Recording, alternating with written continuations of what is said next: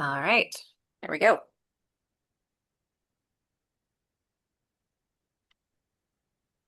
Hey, Todd,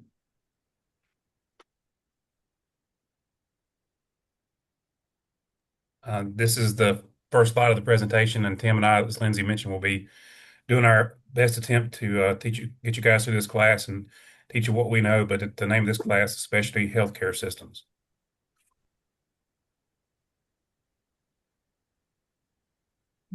Novant's typical cause statement, so we can just move on.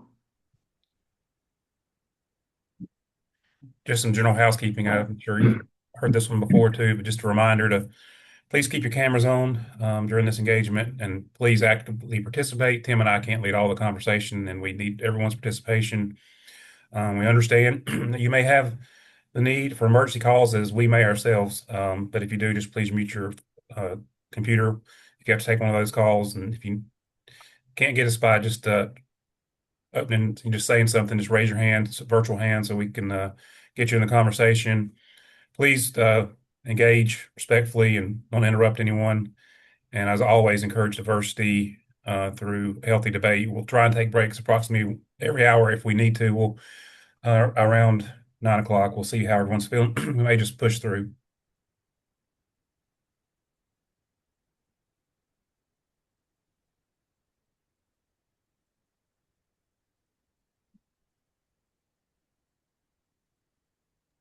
I think this is yours, Tim.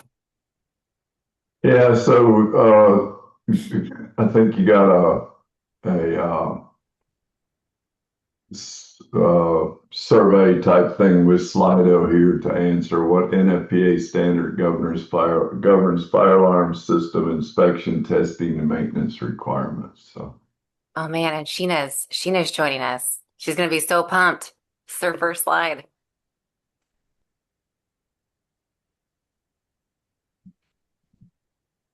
Sorry, guys, I was having some problems getting on. You're good. I was just saying you're gonna be so pumped because this is the first slide you get to see. Oh, yay. Fire alarm question. Awesome. We'll give everyone a minute to log into the survey. We're gonna have several of these.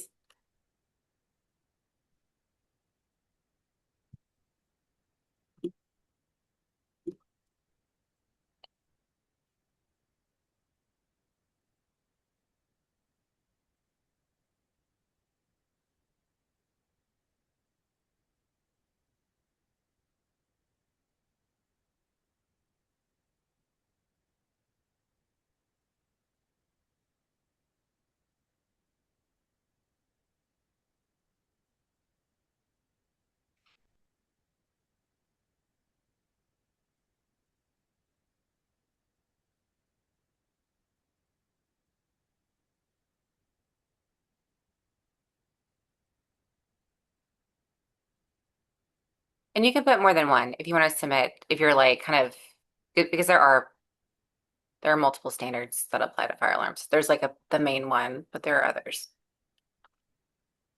This one that was focused on inspection, testing, and maintenance.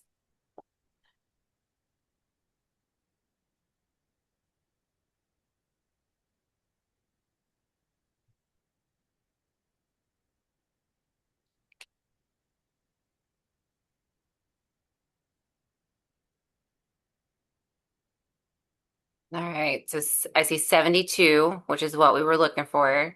It's good work, good work. Luke's not anonymous, but also love that you got it right. So what a flex. Yeah, 72 is where we have our ITM requirements, and then 101, the life safety code, that tells us where a fire alarm system is required or where a fire suppression system is required, and then we would go in this case to 72 to learn more about its inspection, testing, and maintenance requirements. And then 70s are National Electric Code, and 99, of course, is our Healthcare Facilities Code. yeah, and to be a little more specific, it's chapter 14, but next slide will tell us that.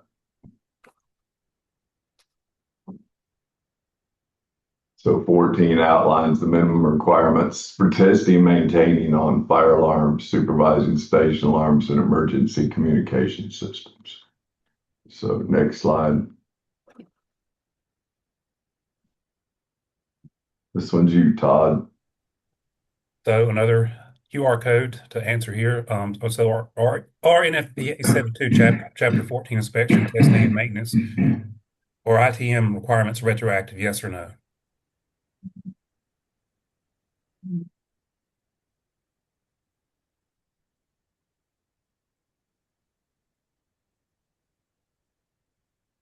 So another way to ask this question is if you have an older vintage fire alarm system and a new code was adopted to the new standards, new code, the adopted enforceable code, do they apply to the older vintage system or anything that might be existing? This just refers to inspection, testing, and maintenance. Yeah. Let's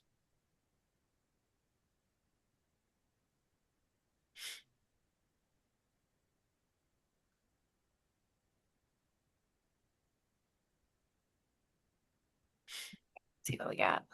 Ooh, we're split.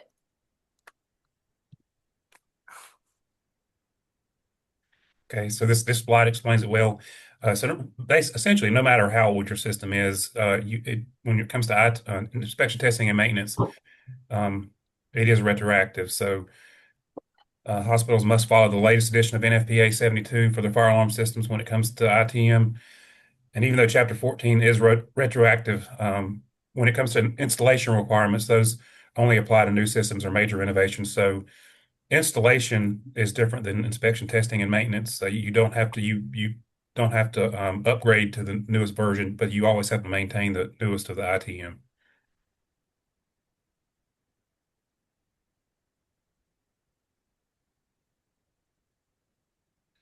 Okay, this one is me as well. I'm trying to follow my PowerPoint. I got some notes to the side you guys can't see, so the types of fire alarm inspections. So there's different types. Visual, a lot of those range from like a monthly inspection where you just go by and look at a device. Here we're talking about obviously fire alarm and not sprinkler, but although they are all tied together. Visual inspections, checking the components for physical damage, obstructions, or the general condition of the equipment. Functional testing, that's typically annually on your fire alarm devices. We'll discuss that later. That's where you actually activate the alarms. And system maintenance, that comes from cleaning, repairing, or replacing parts as needed, which is not all that often needed. But most of our fire alarm systems actually have some type of monitoring that allows us to know when a device may be dirty or bad or need to be replaced. And that would be under system maintenance. And a key system integration point. So fire alarm systems can connect to other life safety systems, including sprinkler, fire suppression, basically sprinkler systems and emergency communication systems. So, important interactions are water flow switches, valves and tampers, fire pumps, FM 200s, CO2, kitchen hoods. Emergency communications are in high-rise buildings. You'd have voice evacuation systems that are required by code. So that's part of the fire alarm system. There could be some interaction with the public safety office communication to them. I think a lot of your facilities have an integration to a system called Alertus, and I don't know if we talk about that in here at all.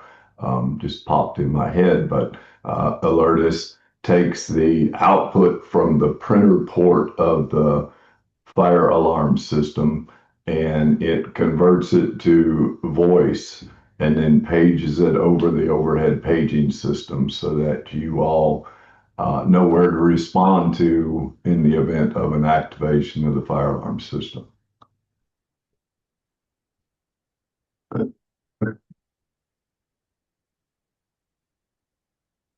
You, Todd. I was talking, but on mute. Here's another QR code to scan and answer. So how often Must smoke detectors be functionally tested monthly, quarterly, semi-annually, or annually?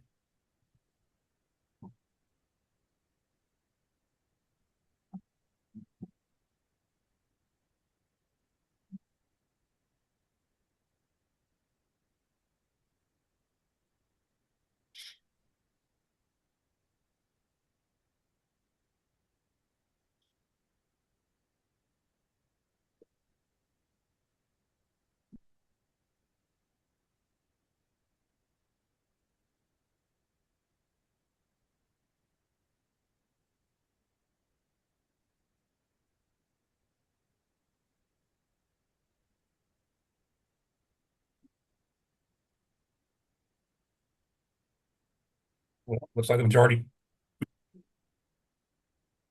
did get it right. They are required to be tested annually. Um, so it's once a year on devices such as smoke detectors, heat detectors. I'm sure I'm missing a few strobes, horns, um, anything that's a fire alarm device, and that's annually. Just another important note: it must be within the same month or sooner than the prior year. So if you had it done in July of this year, you would have to do it in July of next year or prior to July and maintain that moving forward.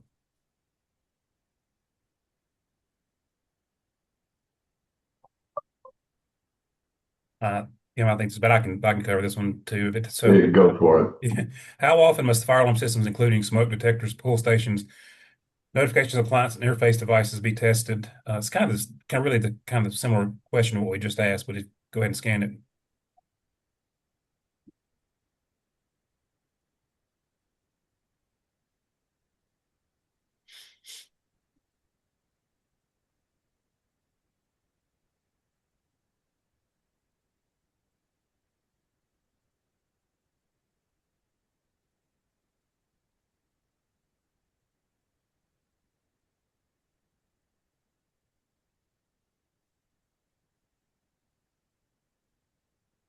Once again, this is annually an annual requirement on.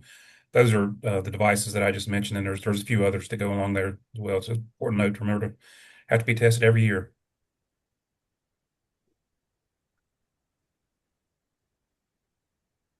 And here is a chart. I'm not going to read everything on it, but just for your reference of the frequency of testing. Um, you can obviously see you have a weekly visual inspection, and you have an annual testing frequency, so it varies. But all these are code requirements. We do actually have all these set up as preventive maintenance PMs within our work order system. But if you've never been assigned any of these or are unfamiliar with them, these are the testing frequencies with the fire alarm components.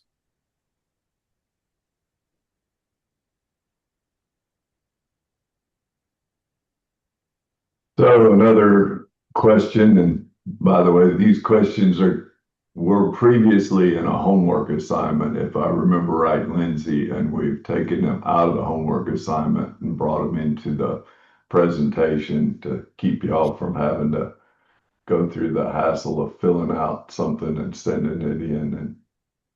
And anyhow, and y'all can read this one. What NFPA standard governs fire suppression system inspection, testing, maintenance requirements?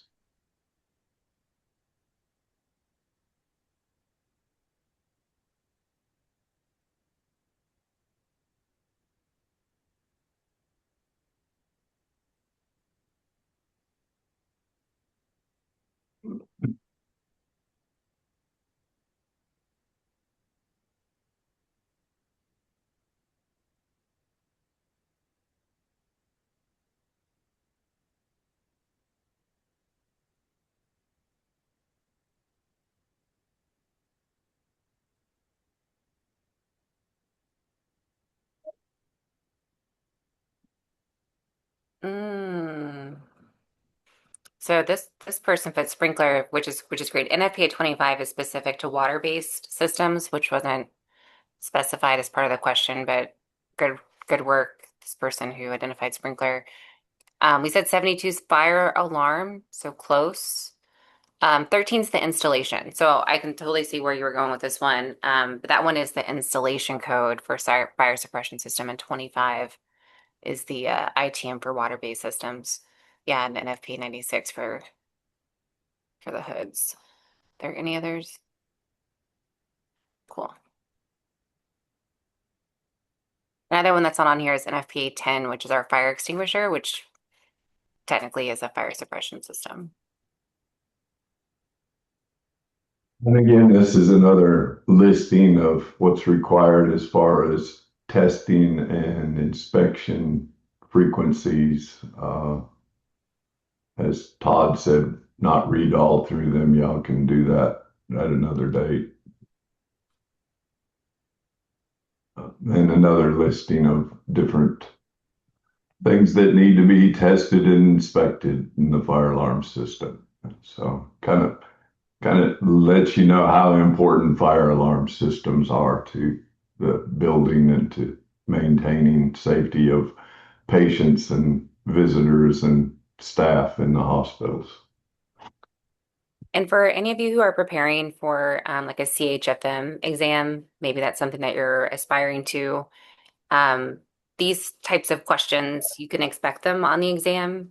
Sometimes they'll be referenced as a joint commission standard instead of like an NFPA standard, but we know that NFPA, of course, is the governing body over this. So you don't let that trip you up if you happen to see one of those questions. But both of all these charts are in your handout, so you can use them as a study tool if you are preparing for the CHFM. And here is an example of one kind of unique type of sprinkler head, which is called a wall washer, and a sprinkler head, and you'll find these typically on glass hallways or where there's glass that's non-rated. Um, they they install along the top edge of a non-rated glass partition that sprays water directly onto the glass surface, cooling collapse and cracking and breaking. So it helps reduce radiant heat transfer, protecting areas on other side of the glass. So this is typically you see there's various types of sprinklers. I know we won't cover them all in this class, but there's various types, and this is kind of a unique type called a wall washer sprinkler head. And this picture here is where these would be located. The sprinkler placement and function. So y'all seen these in all our hospitals. The two most common types of sprinklers are ceiling mounted and wall mounted or side mounted sprinklers, as they call them. Top mounted sprinklers are installed on the ceiling and they spray water in a circular path, cover a certain area. You can find them in just about every room in the hospital. They can be pendant that are hanging down from the ceiling, or they can be flush mounted that sit up level with the drop ceiling and pop out when pressure releases on them and they start to work. All of them protect the areas. Side mount are more for a limited overhead space. And typically you see them in stairwells or trash chutes, anywhere that ceiling mounted sprinkler is impractical due to the space limitations.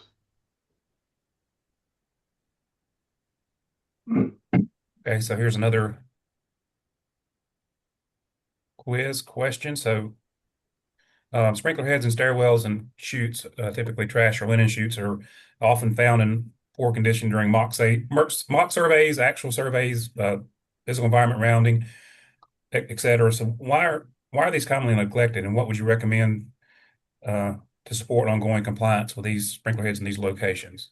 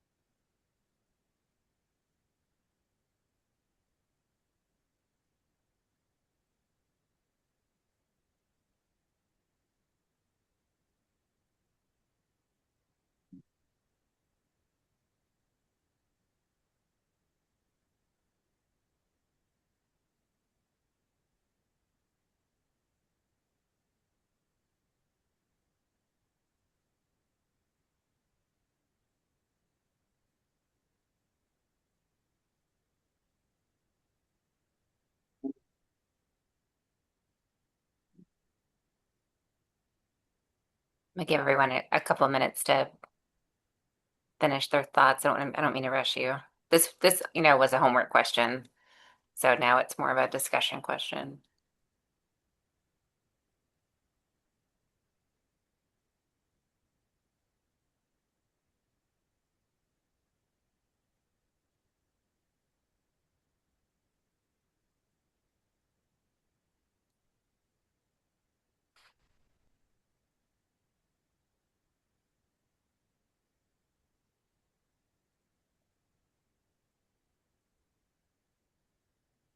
All right, some of you are still typing. That's okay. We'll see what's coming though.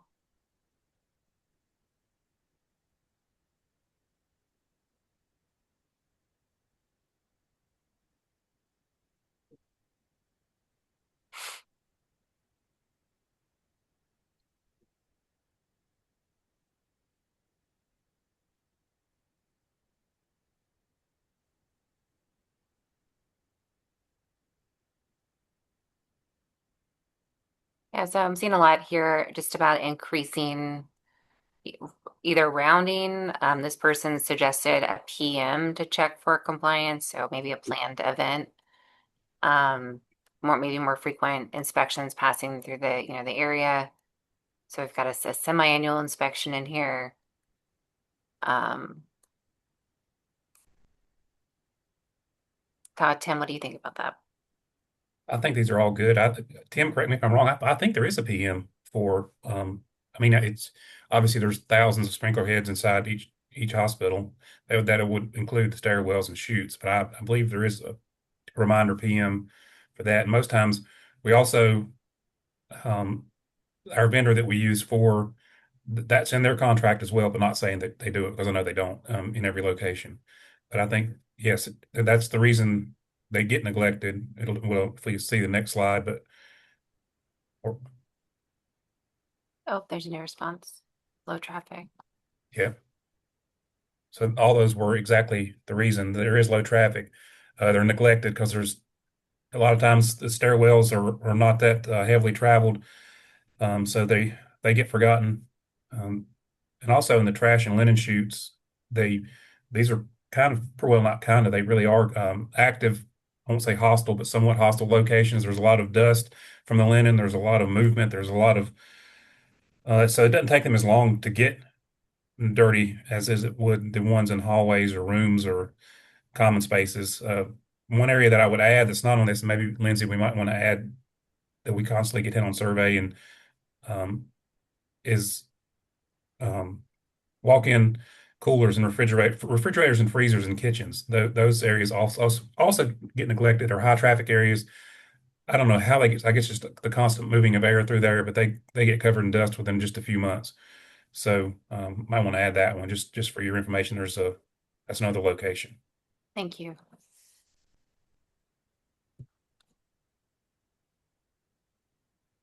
All right. Nobody should get this wrong. No. What's the minimum clearance must be maintained below all sprinkler heads? And we have harped on this for the 22 years I've been at Novant. So I know some of you probably haven't been here near that long, but gosh almighty, you should know the red stripe around the storage rooms and the distance.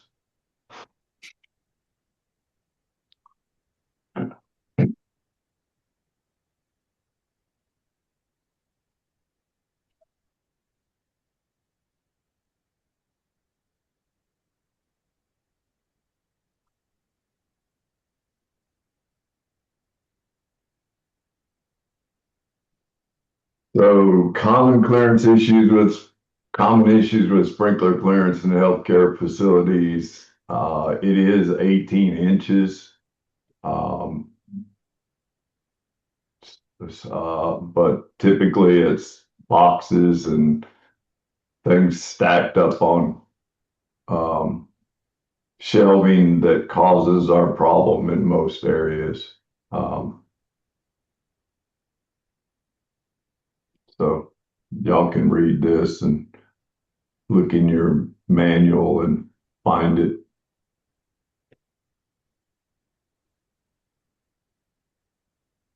All right, I'll take this one. So if you would scan this and answer what type of fire suppression or suppression systems, make that plural, that do you have in your facility that you know of?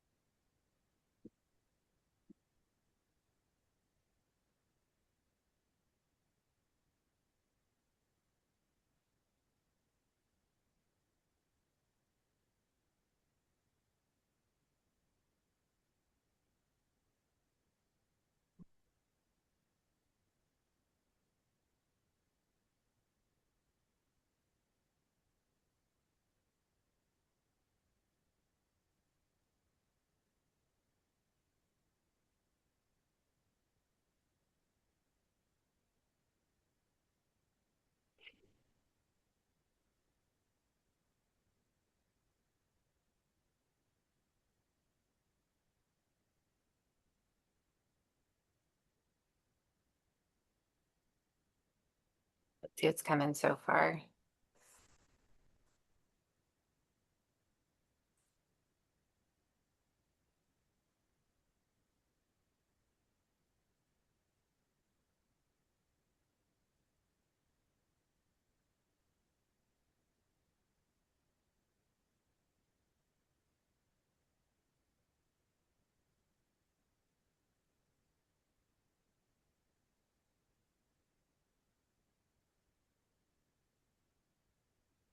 Todd, any thoughts on these answers? They're all good. I mean, these are all different types of systems.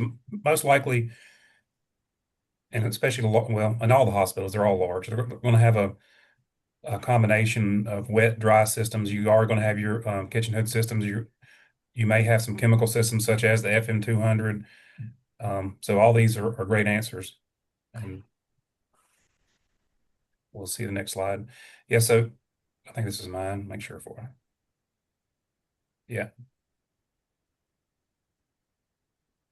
A dry system, these are typically going to be in your canopies, your loading docks, your outside spaces. And they're mainly so they don't freeze and bust and cause a lot of damage. But so the water it's actually the sprinkler, the piping is there, the heads are there. They're ready to go if activated, if burnt through with fire or broken or whatever. But so there's air inside the pipes that maintain pressure, and there's a valve, a safety valve inside. This is a picture of a dry system here. Do believe I don't.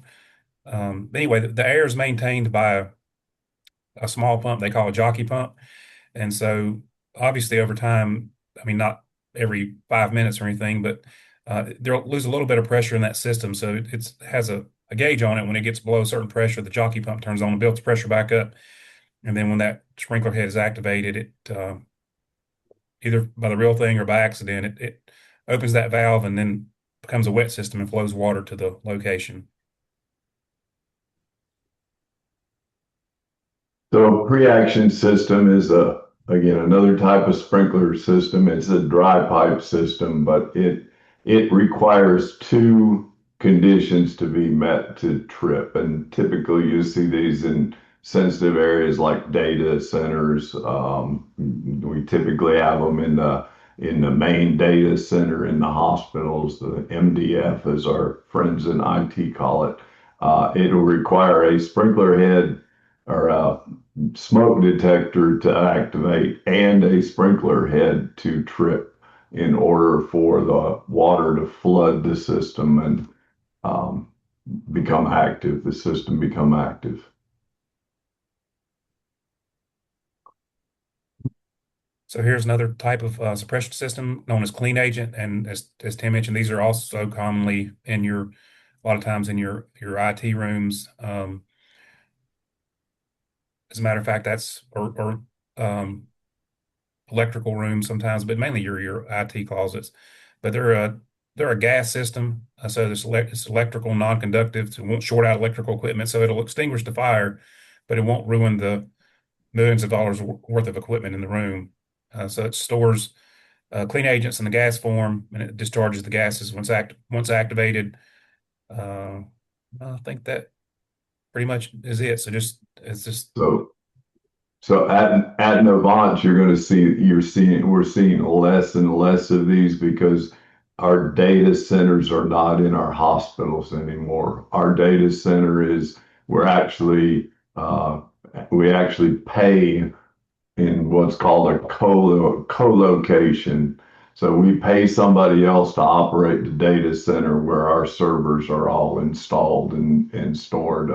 We do have one still down in Fort Mill, but they are expected to be moved out of there by the end of this year into a colo. So both of our data centers, we have two primary and a fallback. Both those data centers will be in colo locations where we just pay rent to someone to maintain the building and all of the systems to be able to keep that system up and operating. Uh, but again, you'll see less and less of these chemical and inert agent systems or clean agent systems in our hospitals. Not to say there aren't other hospitals that if you went to work with someone else, you would find them in.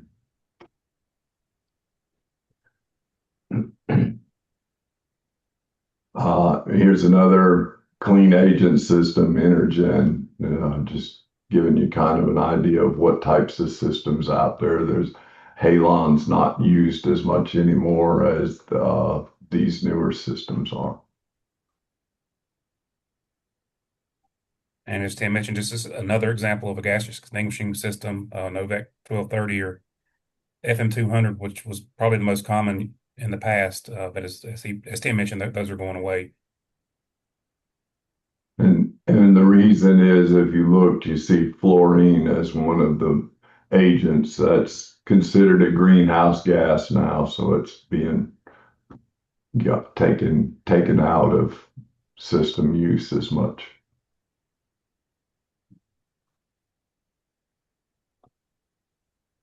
The kitchen hood systems, every hospital's gonna have a kitchen hood system. They're all a pain because they have a lot of grease, as you can imagine, being sucked up into them, and so we're constantly having to clean them. But the hood system is there that in case that grease catches on fire, it dumps a wet chemical agent onto the surfaces and hopefully puts out the fire. There's some sprinkler heads up in the ductwork, as I remember too, that help kind of put that fire out in the ductwork. NFPA 96 and NFPA 101 are your code references for that. You'll see these in commercial kitchens, restaurants, of course, in our hospital kitchens. They're designed to handle fires caused by Class K cooking medium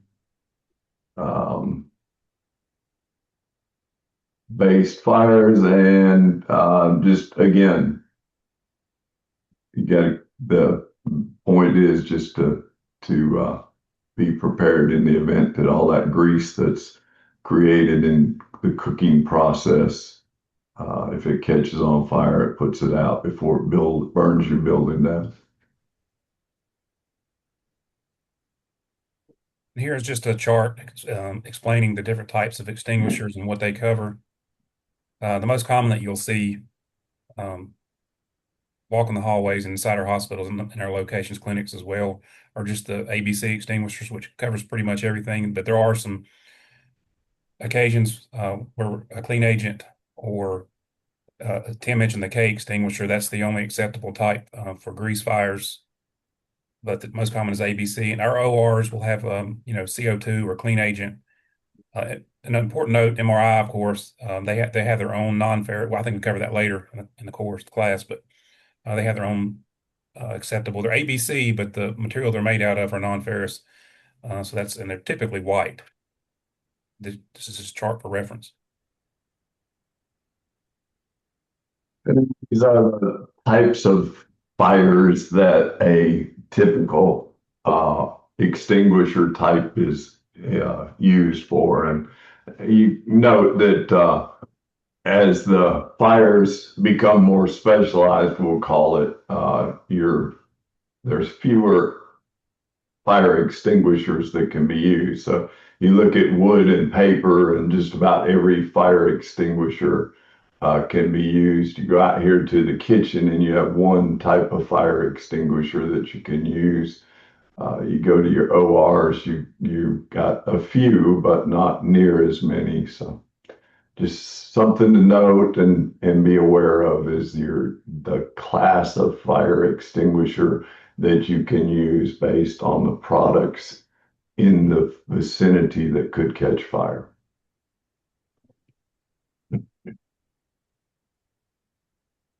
So once again, back to electrical equipment, they require Class C extinguishers. Class C extinguishers are dry chemical, clean agent, CO2, and MRI certified extinguishers. The agents are typically are dry and corrosive, and the residue can destroy equipment. But they use clean agents to avoid corrosion. Water mist can limit equipment damage and reduce the risk of electrical shock.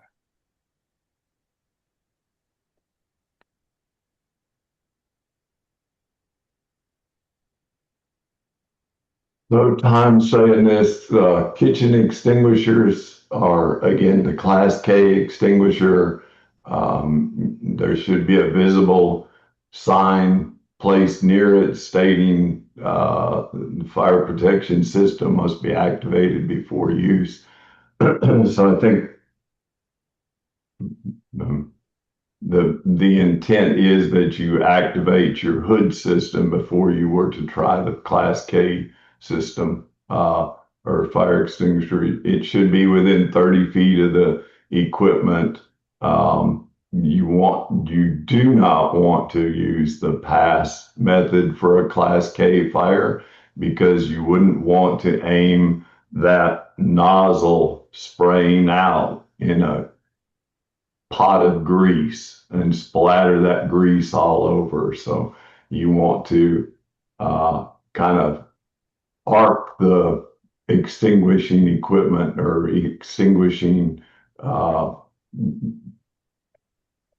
agent onto the fire. It discharges as a fine spray. And that's about the best I can say for it. As Tim mentioned, though, it's important to remind your kitchen staff, if you're involved with this, that the first method of attack, if there's a fire underneath the hoods, is to pull the Ansel system. A lot of folks think they should just grab the extinguisher first, but no, always make sure that we educate around pulling the Ansel first.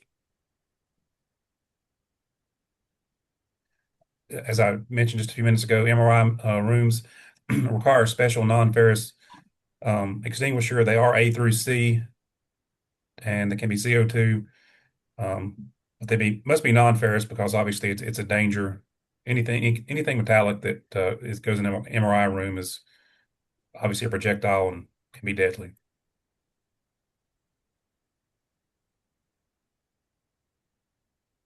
So fire response. Fire responses are facility specific, coordinated with your fire marshal as far as silencing and clearing the alarm.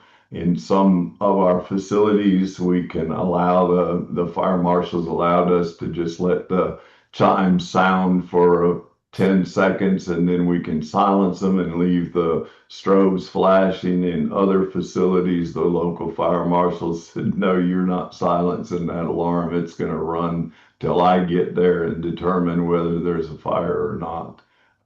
And they are the ones that allow us to clear the alarm. We cannot clear the alarm in most instances, until they have given us the okay to do that. So on a fire alarm activation, we have the overhead paging, which, as I spoke about earlier, we do it in most of our facilities through a product called Alertus that takes that output from the printer port. It can read the description of the printout and turn it into a voice. It reiterates it 3 times. And then the system also alerts our security operations center.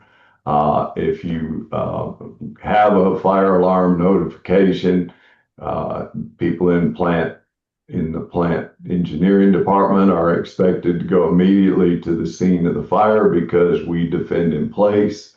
And then protective services, public safety, in some places we call them company police, or in other places meet the fire department at the may or may not be the front entrance of the hospital, but the deemed entrance to the hospital. And then, of course, inadvertent sprinkler activations. You want to contain the water to minimize the damage, coordinate with the fire department, and shut off the system. So, in the instance of an inadvertent sprinkler activation, it is okay to shut off the sprinkler system before the fire department gets there, to minimize the water damage that happens. We wouldn't want to have that water running in the building for 10 minutes or 5 minutes or however long it takes the fire department to show up.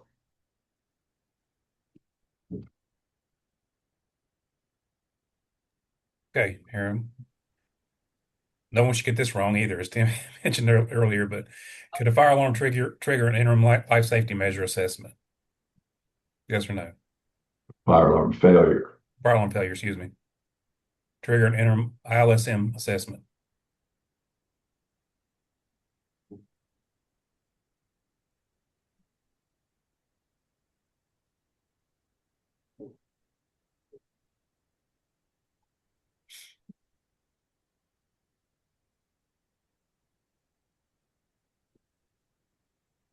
Give you a few more seconds.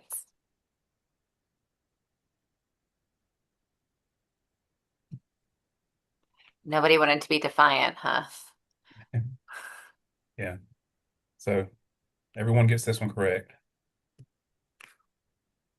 So here's some examples of not only code, but policy requirements of when ILSM is required.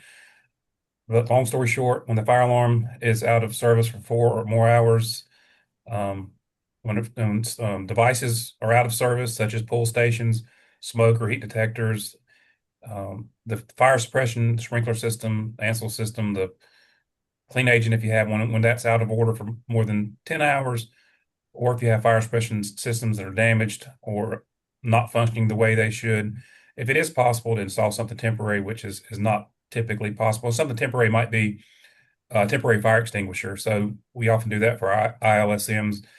A lot of times that when we have our annual inspections, whether or quarterly sprinkler or annual fire alarm, there are deficiencies found that cannot be corrected really in the same day or sometimes within several days. So that's when you would perform an ILSM assessment and determine whether extra actions are needed to maintain safety, such as extra fire extinguishers. And I think we cover that later in the course as well, but not always. You may not always require an ILSM. It may be one smoke detector that didn't work. Well, there was another one 5 feet away. So we just note that, and then we don't have to implement an ILSM, but we do have to do that assessment.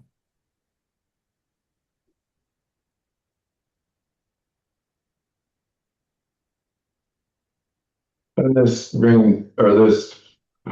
slide talks about what if deficiencies cannot be immediately corrected. So the threshold per Novant Health policy for immediate correction is 24 hours.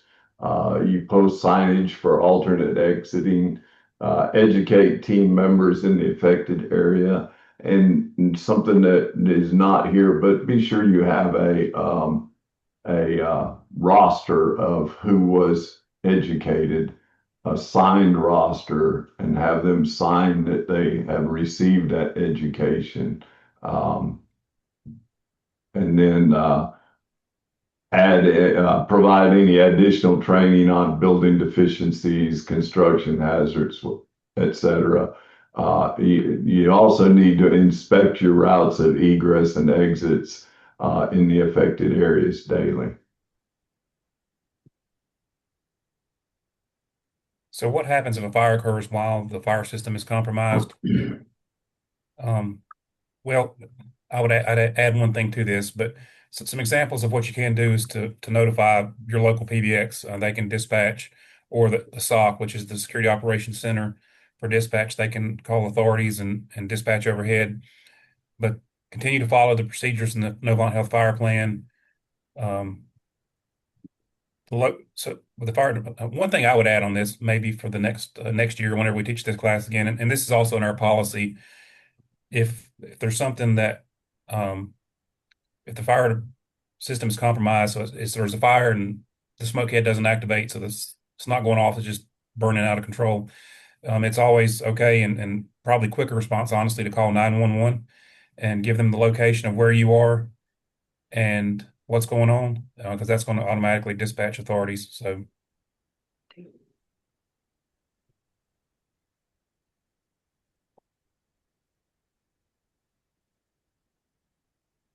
So we have response measures, out of service fire alarm system. So when the fire alarm system's out of service for more than 4 hours, you have to conduct a fire watch in the affected area. The fire watch is a dedicated function, which is really hard for some of our vendors to understand that. But they also have to be trained on how to do a fire watch, believe it or not. We have a CBL that you can show them to meet that requirement. It's the fire watch is supposed to continuously tour the affected area while until the compromised system's restored. And then you should also notify your local fire department that your fire system is compromised and that you do have a fire watch going on in your building, and that they would receive their notification directly from you should there be a problem.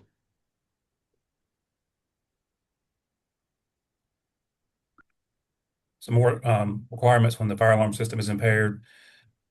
As Tim mentioned, surveillance. That's basically the fire watch, and that's typically conducted by public safety or protective services, or whatever the name of that group may be at each location. Additional equipment, which would be typically it's additional fire extinguishers in that location, and team member education. So you have to, if it's I'm just giving an example, if it's a department on second floor of your location, you educate that entire department, and important to remember, you must roster that education. So that has to be documented and rostered.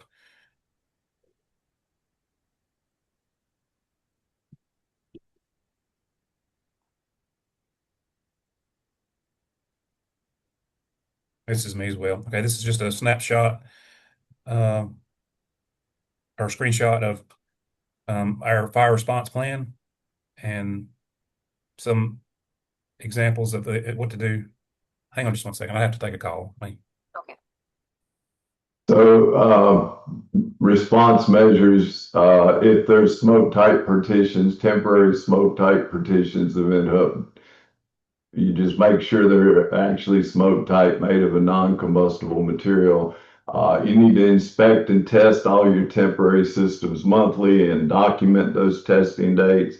And then typically you would want to have some additional fire drills in the area so that the people in that area, the staff in that area, are aware of it, and you get an idea of what their reaction to your interim life safety measures are. So, and then here's the policy, the Novant Health policy as it pertains to the fire response.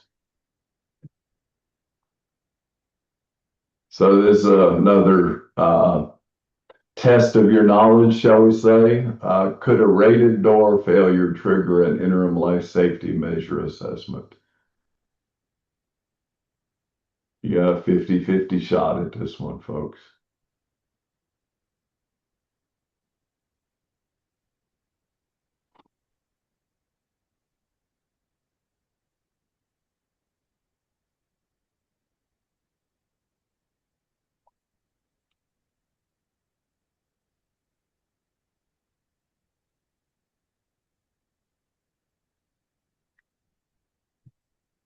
You passed. All right. Could a medical gas failure trigger an interim life safety measure assessment? Yes or no?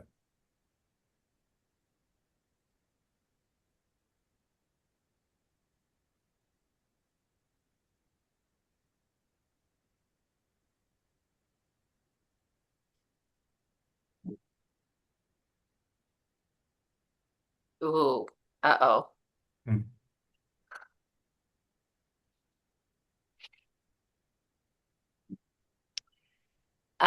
The intended correct answer on this, unless your policy says otherwise, but is no, because the interim life safety measure assessment is for life safety systems. And Right. although medical gas is a life preserving, protecting system, it's not a life safety system.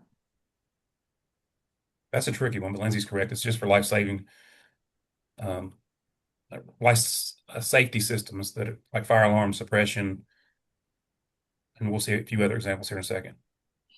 The only consideration might be in the National Electric Code, NFPA 70. Article 517 is the healthcare facilities article. NFPA 70 has articles instead of chapters. So if you go to the healthcare article, um, it talks about the essential electrical system, and medical gas alarms can be served by the life safety branch. So perhaps there could be an argument if something happened to a medical gas alarm that's served by the life safety branch, but generally speaking, med gas would not be part of your ILSM. We've got a few of these coming up. Yeah, we want to starve them from oxygen anyhow. No, oh damn. You have a way with words, don't you? Yeah, thank you. Uh, so here's another yes or no. Could a generator failure trigger an interim life safety measure assessment?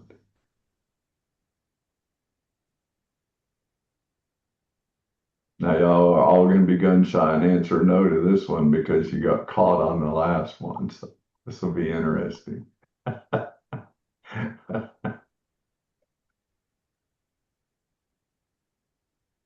I know a couple of them don't even want to answer now.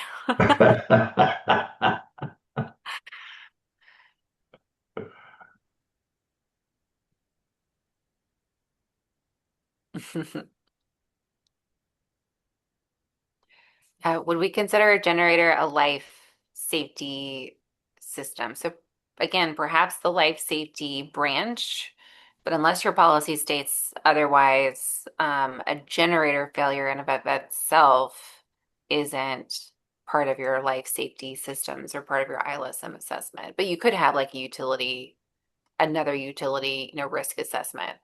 That one's a Um, little tougher for me because yeah. without your generator, you don't have a life safety system, period. If you have power loss.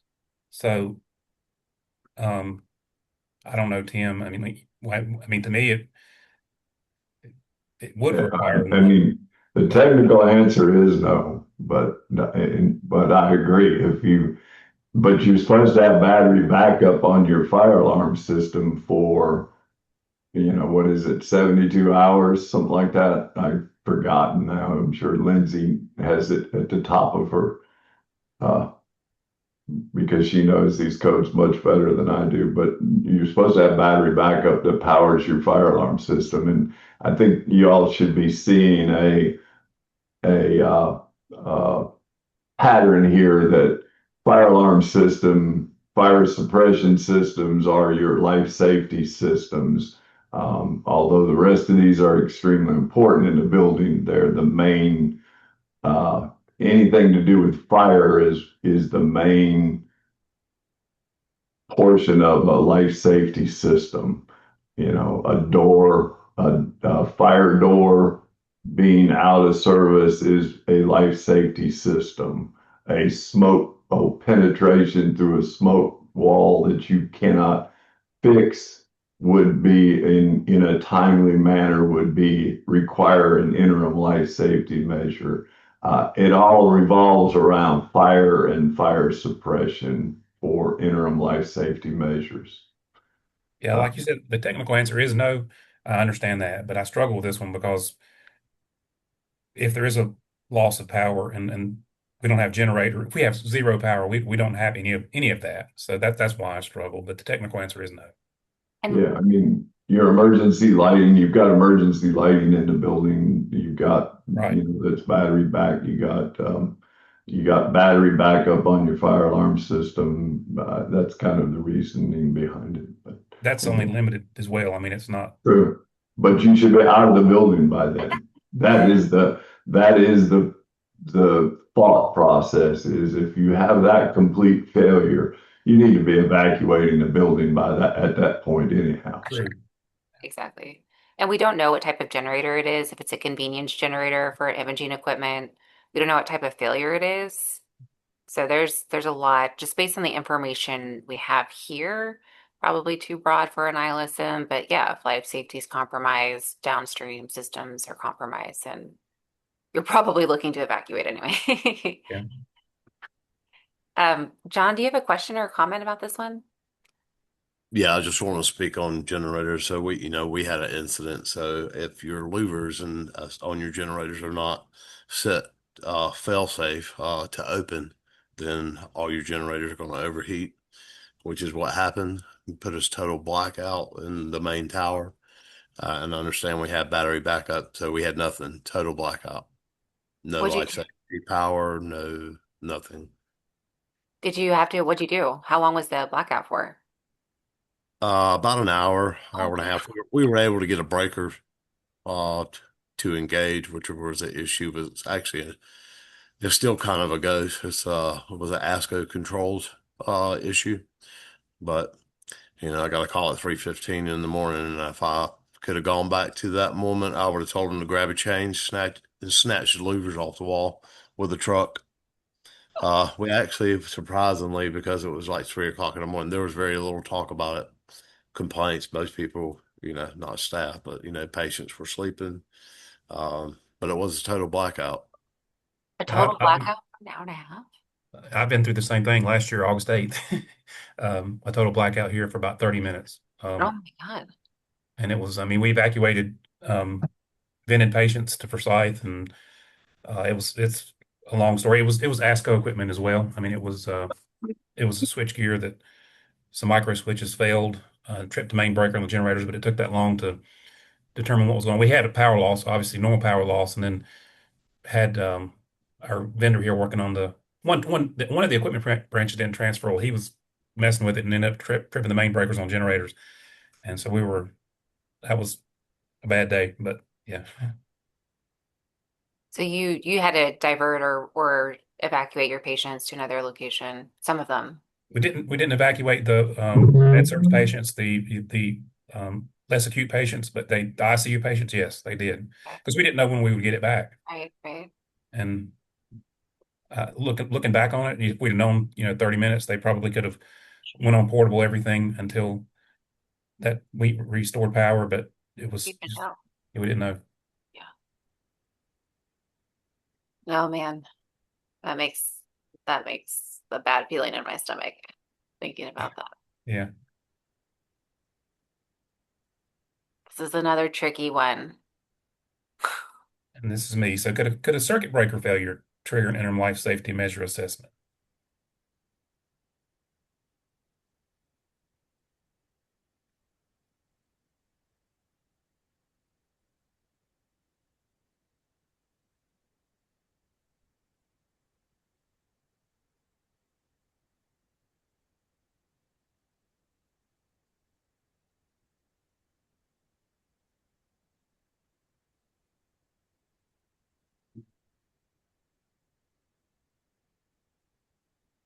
People aren't answering. They're like, okay.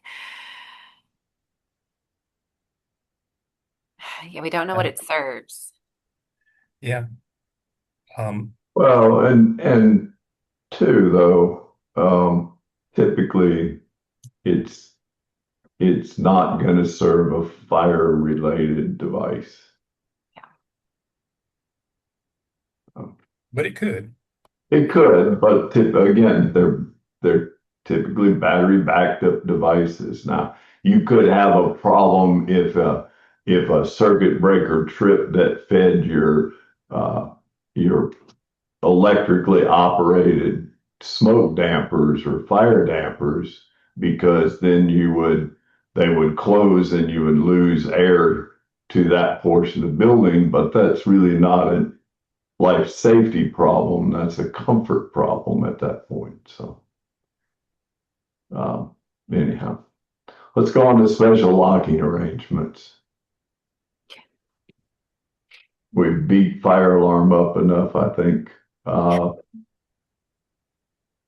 Special locking arrangements. So this is the permit that is supposed to be filled out per Novant policy when someone wants an area of the building locked in either electronically or electrically or a key lock, whatever, that is a new added lock, not part of the original design of the building. So, and again, they've got to be approved all the way through up to I think this even says the AHJ is supposed to sign off on this, and we didn't get the copy all the way down. So.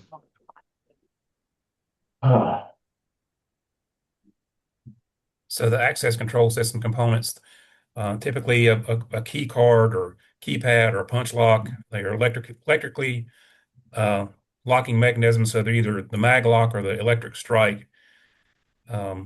These must be monitored and tracked. There's a power supply that maintains, so there's backup power during power loss, but these are overridden during fire alarm. I think that's mentioned later slide. But they must, and there also must be a remote override control that security personnel, typically a key, can manually unlock the doors if needed. You can see the example here. And I know this is covered later too, so I don't want to get ahead of myself. But here's an example of one. The door will remain locked until, typically 15 seconds or less, then it's released. But cover that in a minute. So delayed egress components, the bane of our existence, to be quite honest. So as Todd mentioned earlier, delayed egress just kind of delays the path of exit for not actually is the whole path of exit can't exceed 30 seconds, but at an individual door, it's typically 15 seconds. So in the past, you could only have one delayed egress in the path of egress. Now you can have 30 seconds worth of delay in the path of egress. So today you could have two doors in your path of egress, each set at 15 seconds. The lock holds on that once you hit the panic button or the panic bar, it holds for 15 seconds before it releases, and then it opens up. There's got to be an audible visual notification there at the door. It needs to be integrated with the fire alarm system so that if your fire alarm system activates, it automatically releases to allow egress through that building. It should be have a power supply attached to it, battery backup. Staff or emergency personnel need to have a key switch or card access to release it immediately. And in most of our hospitals, everybody that has card access, card act will release that door so you can get free egress through it so that you can commute between floors and move up and down between the floors without setting those off.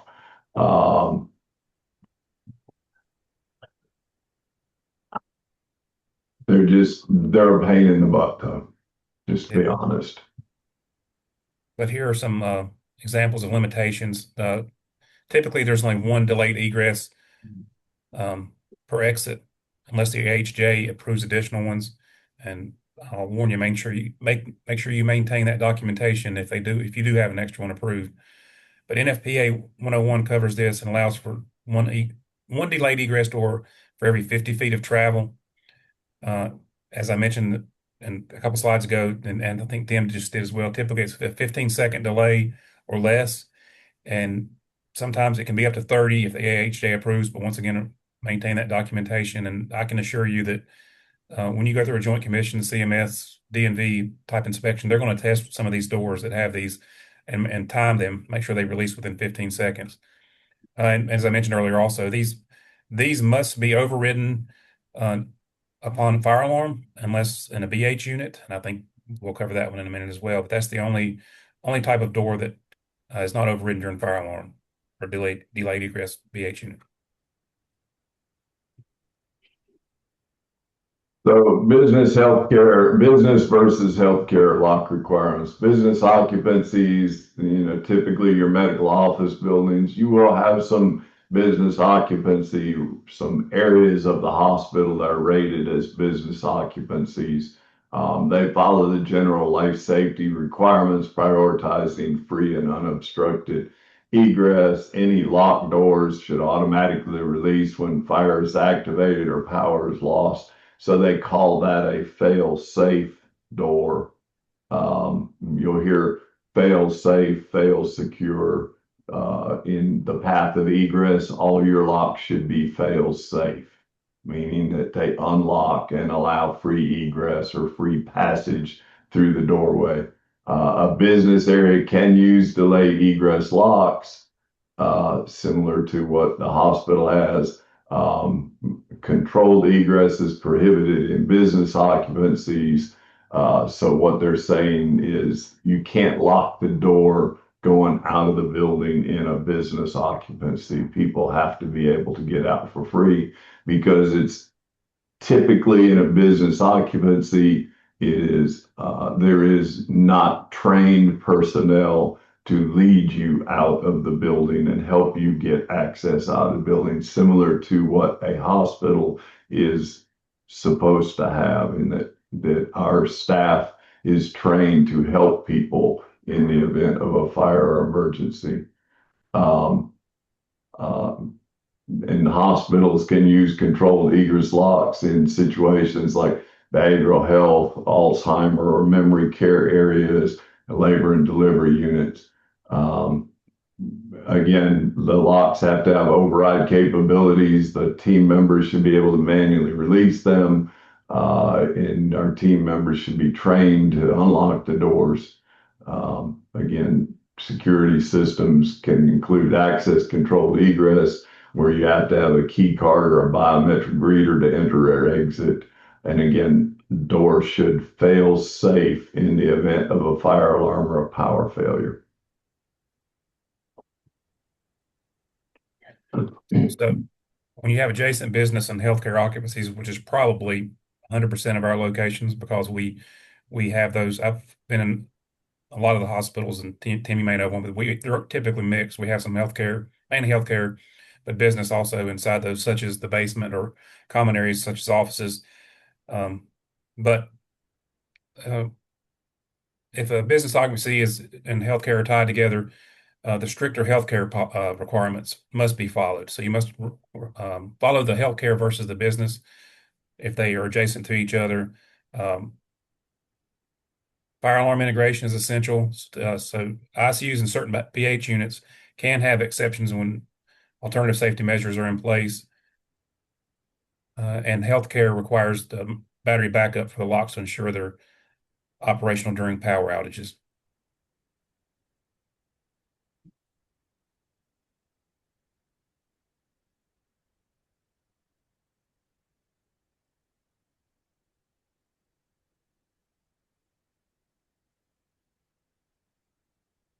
Tim, I think this one's yours. Yeah, sorry, I had to take a call real quick. Okay. So special locking requirements specific to North Carolina. Evidently, we're a unique in the healthcare world. We have to ensure compliance with the building code and DHSR. Special locking arrangements. This is a North Carolina state building code. Is allowed only in the licensed Group I2, which is healthcare institutional 2 is what that means, and large residential care. Similar requirements to lock units, automatic fire protection, sprinkler system, must protect the entire building. You must have approved listed locking devices. Your doors must unlock automatically in the event of a fire or sprinkler activation, power loss, except in locked units, such as behavioral health, where special exceptions could apply. You have to have emergency release switches installed at the nurse's station. An additional emergency release switch installed within 3 feet of the locked door. Now, these are doors that are in the path of egress they're talking about. All staff responsible for evacuating a locked unit should carry emergency key switches. Only one special locking system is allowed per egress path. I'm thinking that's changed lately, Lindsay. I don't remember in North Carolina. I think you can have 2 now, as long as it doesn't exceed 30 seconds for the 2. You got to have a wiring diagram and a component location map placed under glass next to the fire alarm panel for every special locked area. Emergency lighting needs to be at the door, and then you have to have your authority having jurisdiction approval. So local fire marshal, basically, or building inspector, whoever's decided they have a bigger bat, can determine whether you can lock that area or not. Okay, so these are the North Carolina requirements, and Tim, you are correct. The last bullet point here, you're now allowed 2 in an egress path in North Carolina, but they are allowed in all occupancies except education, high hazard, and high hazard occupancy. So, I mean, assembly. So essentially, you wouldn't. I don't know why you would want one there anyway. If they're not allowed. I mean, anywhere you're gathering, you don't want a large crowd. You don't want to delay the egress. But buildings, in order the requirements to even have these, first of all, you must have full fire detection and sprinkler system coverage in your location in your hospital. It must automatically unlock when the fire alarm activates. The system must unlock upon power failure. It must be within 1 second of pressure. The alarm must sound within 1 second of pressure on the push bar and release within 15 seconds, or as we mentioned earlier, 30 if the AHJ approves. Audible alarms must sound immediately when the push bar is engaged. Doors must remain unlocked until manually reset. So that's what we talked about earlier. There's a key or some type of manual reset on these doors. Once closed, they just can't reset on their own. They have to be manually reset. The signage is as follows: push until alarm sounds. Door can be opened in 15, 30 seconds, whichever the case is. 1-inch high lettering, and they are strict on that, at least that size lettering. And once again, maximum of 2 delayed egress locks are allowed with an egress pad.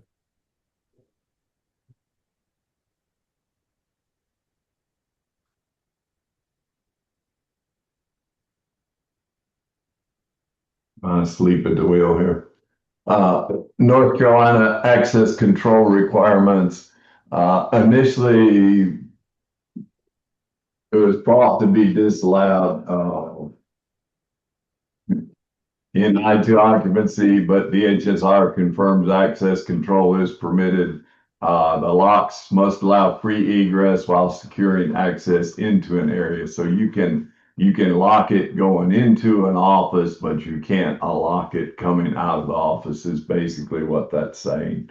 Motion sensors should unlock the doors upon occupant approach.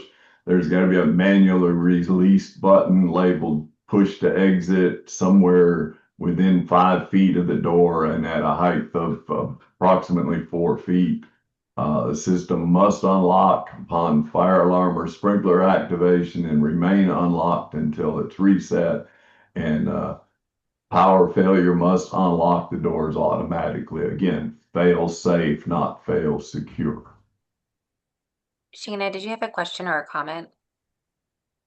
Yes, I do actually. Ironically enough, my significant other works up in the hospital.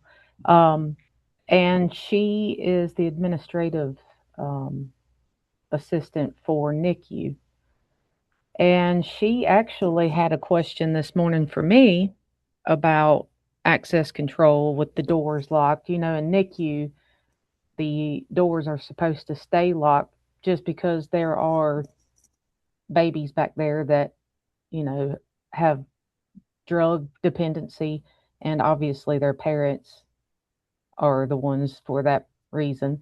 And so they get, you know, those parents that come in that, you know, there's CPS involved, so on and so forth. Um, but on that specific floor up at Forsyth, they their access control only on that floor does not work. So it's posing a hazard for those children. Um, and it's to go back to the NICU, and it's also to leave that floor to go, like, you know, to West Tower, so on and so forth.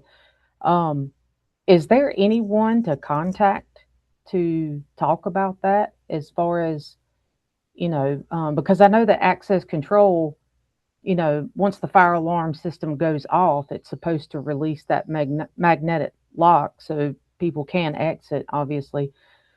But she also said that when the fire alarm goes off, the doors actually open and stay open, which is also not right. They're supposed to stay closed for smoke control, or fire rated doors are supposed to close for that purpose.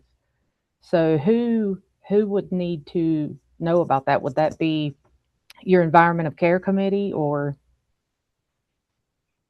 What it depends on if they're Tim jump in, but it depends on if they're fire rated doors. They may not be. They may just be there for security reasons. And I'm not saying that they should open um, and automatically and stand open. They have to just release so people can freely exit. Right. And Um, I was telling her, I said, well, do they have like those panic, you know, panic bars on there? She said no. And you're supposed to have badge access to get back to that NICU area. Um, but even the badge access, you know, we can use badge access and those doors will open. However, even if we don't badge access into that door, she says that anybody can open that door and enter in. And that's from the NICU desk at the where the Ronald McDonald House is, or the room rather, and even the back side of the hospital where there is no one, you know, securing that area. She said they can also open that door and access NICU, and that's supposedly a security issue. Sounds like you have an opportunity for a self-identified work order to be placed.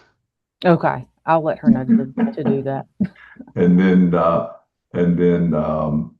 whoever gets it, should bring it up to, Todd or Jamie or Ken and let them coordinate with public safety on getting it repaired or, some engineering solution to fix it. Right. And I was sitting there thinking, well, maybe it's just something that, you know, the AHJ is requiring. She said, well, no, because the sixth and seventh floor for, like, you know, mother baby and, you know, the high risk maternity, sometimes the babies go to those areas as well. And she said that those areas don't have that problem. It's just their NICU has that problem. And it's Yeah. been like that for quite some time. And I was like, Yeah, well, then that's not an AHJ issue then. So, if yeah, they don't have panic bars, you said they don't have panic bars. So if they don't have panic bars, then the badge access would have to be overridden. right, right. And that's, you know, that's kind of what my question was, is like, wow, I'm sure that's something that engineering needs to know about. So, you know, yeah. I was I just would kind of think, questioning that. Is that something, you know, with, you know, I know that we have the fire rated doors and smoke doors, things like that, but I didn't know if that was just something that, you know, because she said that they were saying that it was something to do with the fire alarm. And, you know, in case of a fire, that those doors are supposed to be open, but even on the other floors, they're closed, locked, so on and so forth. So she It was does just sound kind like of something confused on like that. Tim said that you just need to get with the Ken on probably and look at it in Okay. person. There may be something wrong. Okay, I'll pass that along. Thank you. Thank you, Sheena. Mhm. Is this one me? Let me see. All you, Todd. Okay. So North Carolina locked unit requirements. They're required obviously in BH and psychiatric units or for institutional security. Uh, have to have key release and staffed 24/7. Each key must maintain a. This is an example of controlled access, not delayed egress. So this is one that the fire alarm is not required to be interlocked. So if there is a fire alarm, this does not release the door, but it must be staffed 24/7 with the staff trained to open the door with a key or whatever the method may be. No more than two within an area egress path. Once again, as Tim mentioned, a wiring diagram must exist and be in place.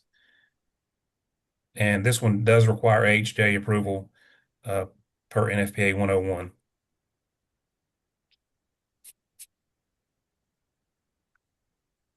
So other special locking arrangements and North Carolina requirements, strike plate and electrified mortise lock sets provide security while allowing free exit, but cannot be used if the exit path is leading into a secured unit.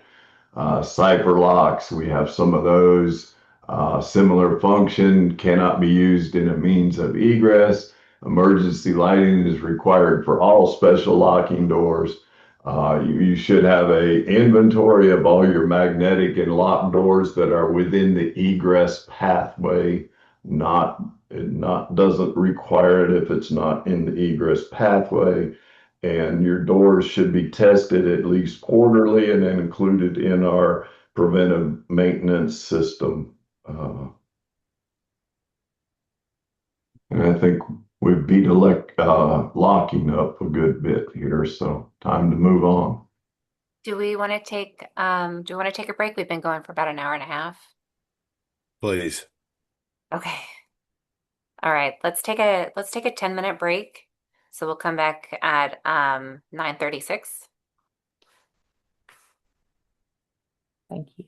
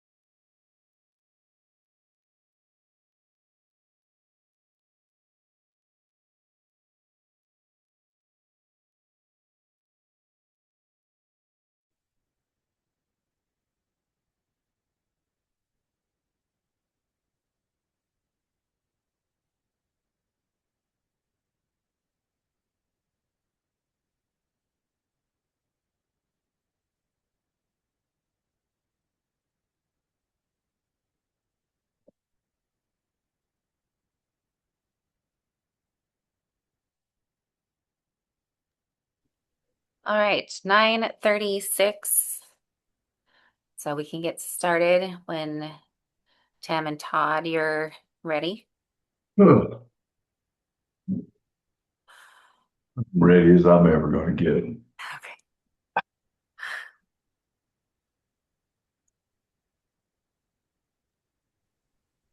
Ready. So I think this is a group discussion. So can someone or multiple folks just describe your facility's emergency power system configuration and what it looks like? So now let me jump in at once now, because the system can only handle so many people talking at a time. Well, John, it looks like John, you're ready to go first. We have 13 generators on site. 7 of those are essential generators. That takes care of surgery and the main building. We do have 3 generators that are in process of 2 are already paralleled, but a third one's being paralleled for auxiliary chillers, cooling towers, loads of that nature. And then we have a couple. We have generator for Zimmer, which is a business occupancy. Really, most importantly, serving the lab, and a generator at our parking deck. Do you know if you have an open or a closed transition? We have both. Zimmer Okay. has closed. Everything else is open, but we do have a couple of new transfer switches going in the central plant project that are going to be closed.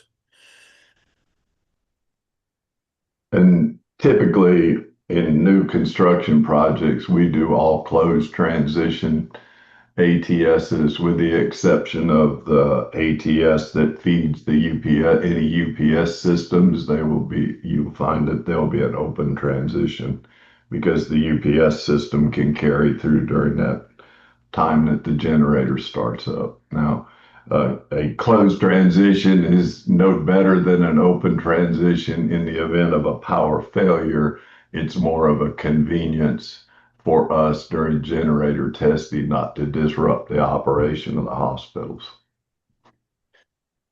Yeah, we also have, redundant MGE 7000s, battery backup UPSs for the data center, A and B. We've got multiple other battery UPSs serving imaging equipment. For the main building, we have 500 kW UPS flywheels, dual flywheels with redundancy. The majority of that is really to capture that imaging load as well as surgery. Anybody else? Explain what their emergent or essential electrical systems like at their hospital.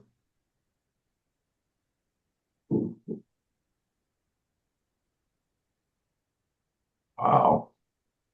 We have more electricians in this group than we did last year. We're gonna have to offer coffee out and for these meetings, get some people work moving. Now, thanks, John. That's essentially, no pun intended, what every one of our facilities has is set up very similarly. May not be quite as many generators. New Hanover is a huge facility, similar in size to Forsyth, square footage wise. So that's why you would see that many generators there. Utility feed. So hospitals are typically like your house connected to the electrical grid, but we have possibly one or more utility feeds coming in. The local utility company feeds us with either high or medium voltage that's stepped down at a transformer outside the building. I love how electricians think low voltage is 120 below 600 volts. I think it is, right, John? To Right. me, low voltage is below 90 volts. Yeah, that's Anything correct. above 90 volts is high voltage, as far as I'm concerned. We try and to always have two independent utility feeds from separate substations because that creates a more resilient building for us. Sometimes it's not possible, but if you have that two utility feeds, if one fails, the other one can take over. So sometimes it's not possible because of the distance. I know we had a new hospital, and I forget which one. I was thinking it was Valentine, but it sat within a couple of miles of one substation, within about 8 miles of another. When we asked the Duke Power what it would cost to bring that second utility feed over, they told us it was a couple of $1 million in order to run that feed from that other uh, substation over. So that hospital has only got a single uh, substation feeding it. So, but we try to make sure we have two substations feeding, two separate substations feeding.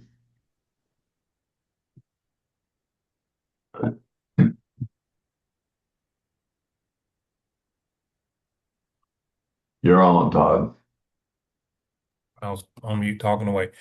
So hospitals are required to maintain these electrical systems to comply with NFPA 70E and NFPA 99, and these are called electrical coordination studies. Some examples of what are included in these are the arc flash coordination, which assesses electrical hazards and verifies the protective device trip quickly. And I believe that's an annual coordination, proper breaker coordination, if in case there's a fault. Every 5 years, the hospitals must conduct the circuit breaker coordination study.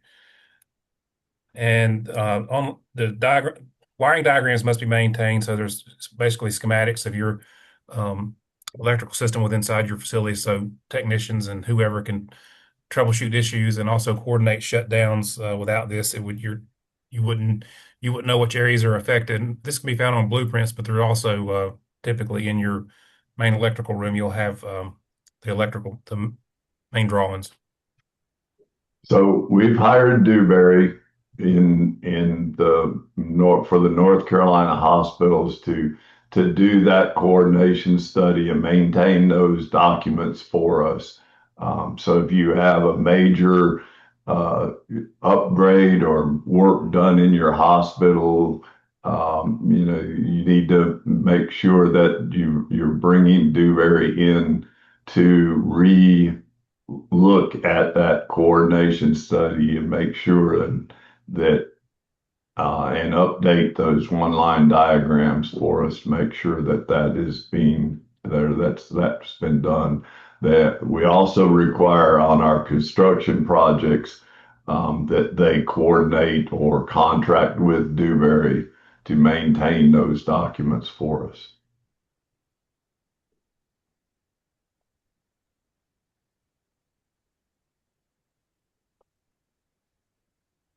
So hospitals rely on transfer switches to safely switch between normal and emergency, normal power and emergency generators during outages. We talked about this a few minutes ago. There's two main types: an open transition, that means the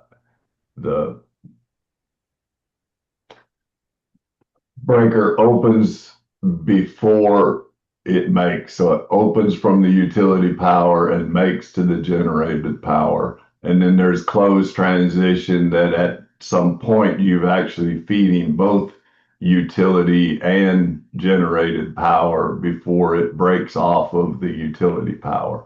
Again, these things are only work when you have when you're testing or doing things. When you have a power outage, you're still going to lose that power. When you lose utility power, closed transition, open transition, it doesn't matter. It's going to take 10 seconds for the generators to kick in and start powering up the building.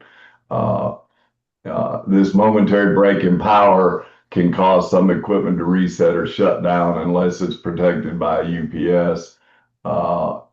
in contrast to that's on an open transition.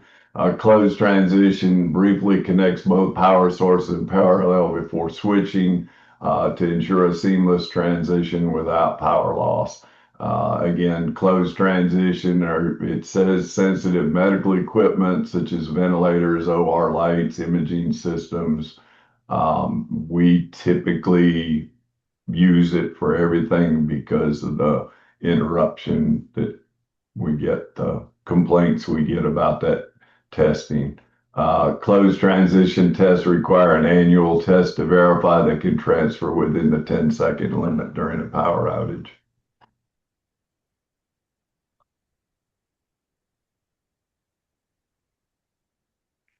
So tiebreakers and Kirk key systems, I don't know that we have a lot of these in our location. Tim, you may know, I know we had one at Clemens when I was there, but I haven't seen a lot of them.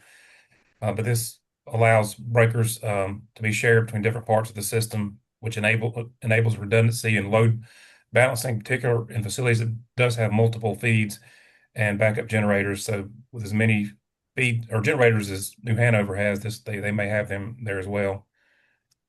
But improper use of a tiebreaker can create an unsafe condition known as backfeeding, and that could be unsafe for those working on the system, especially the utility workers. But to prevent human error, Kirk key interlock systems are used to enforce proper switching.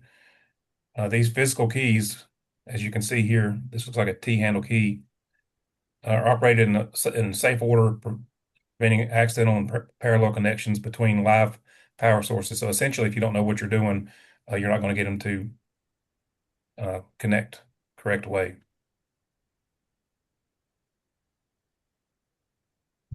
Dual power supply system. So I think you'll see the UPS systems in a large UPS system for IT equipment.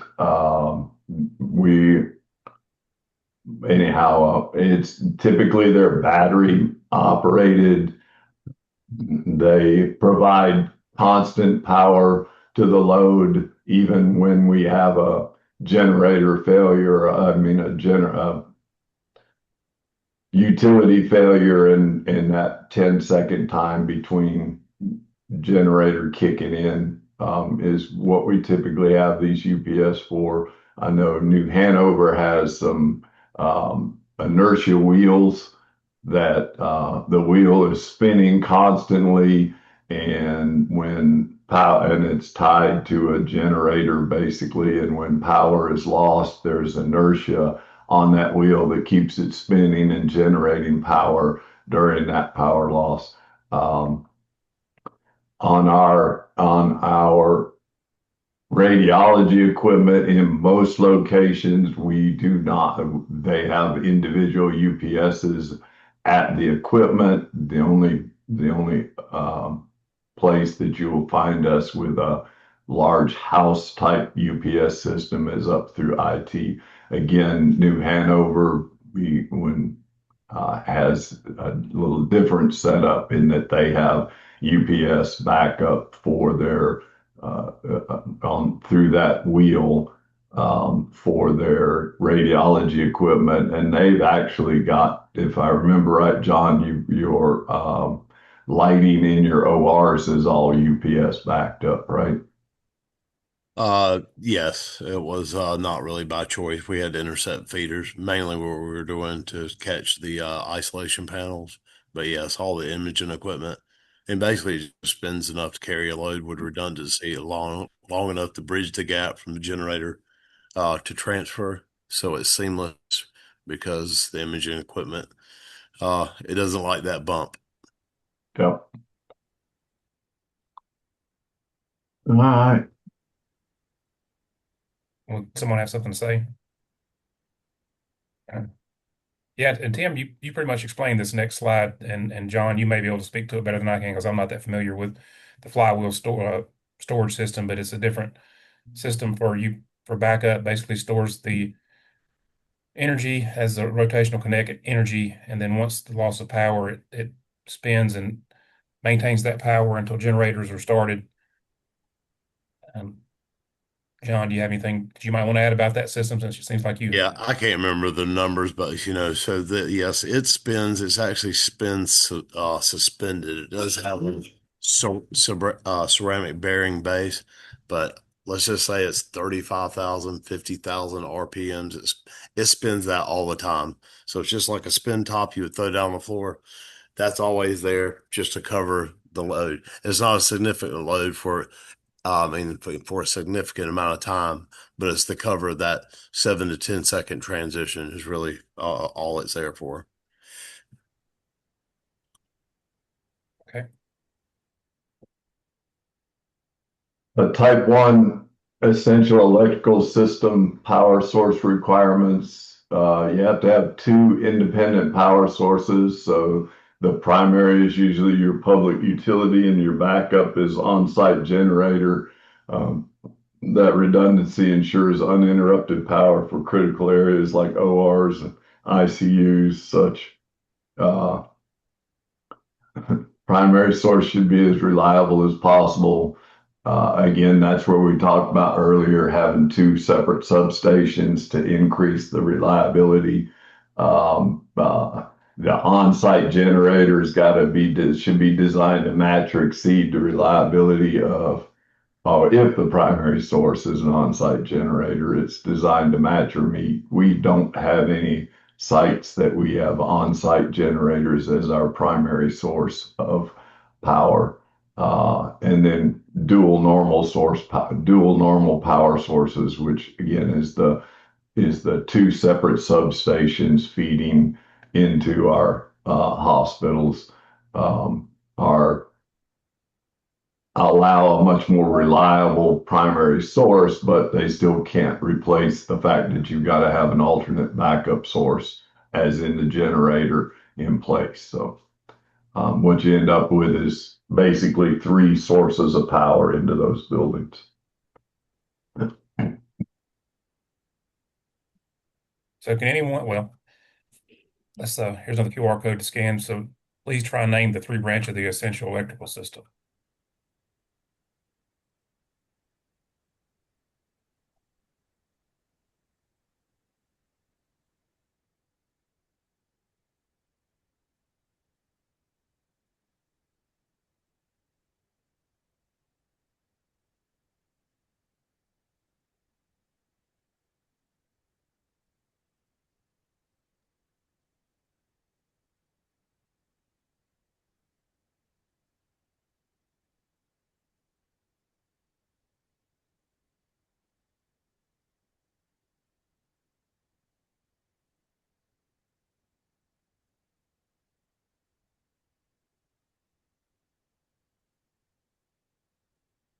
So Lindsay, if they were to take this CHFM test, this would be a multiple guess scenario on that test, right? Yeah, that's right. So we probably need to come up with, if we teach this class again, some of these questions, we probably need to come up with that multiple guess scenario. Yeah, and actually, I don't know if any of you plan to take the prep class on May 13th. I'm going to be teaching that one and we'll have like a ton of practice questions. So I know Novant is hosting their own CHFM exam prep. If you have any questions, you can contact me or Chip, if you have not heard about it, but it's an all day Wednesday, May 13th. And we'll probably go through like more than 100 practice questions, multiple choice.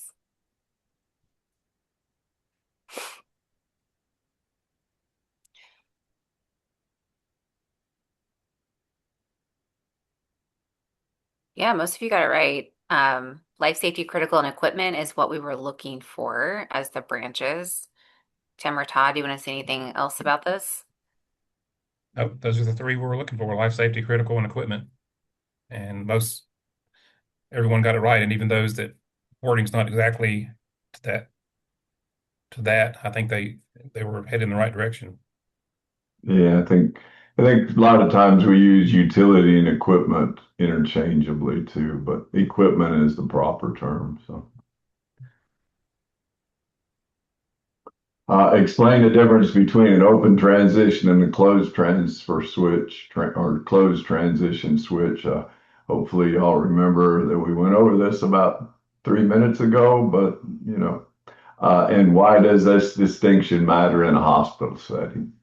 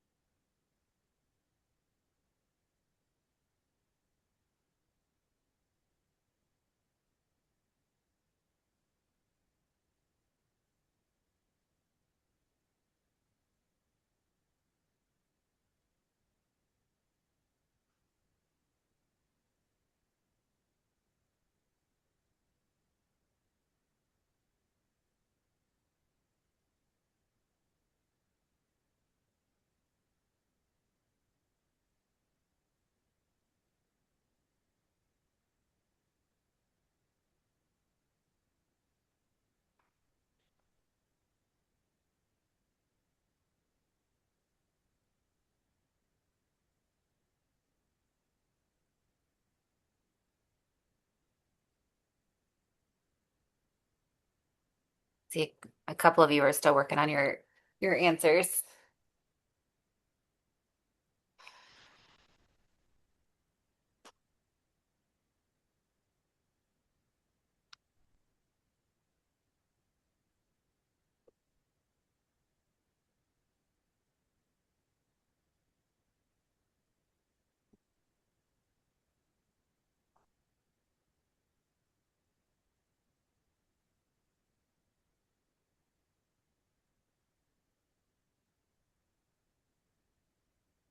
And I know some of you specialize in HVAC and controls. We've got a lot of electricians in this group, fire alarm representation, fire suppression representation, and then HVAC and controls. You're coming later, so don't worry. You'll have your chance to flex your knowledge.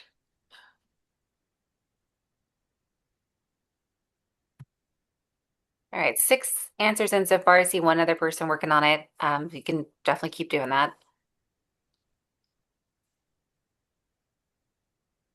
Open, break before make, close, make before break. That's usually how I hear it.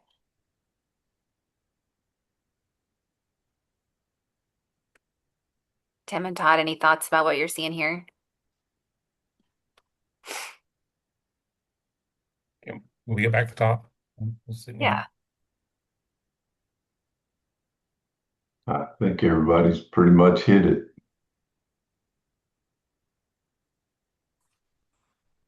Yeah. Okay.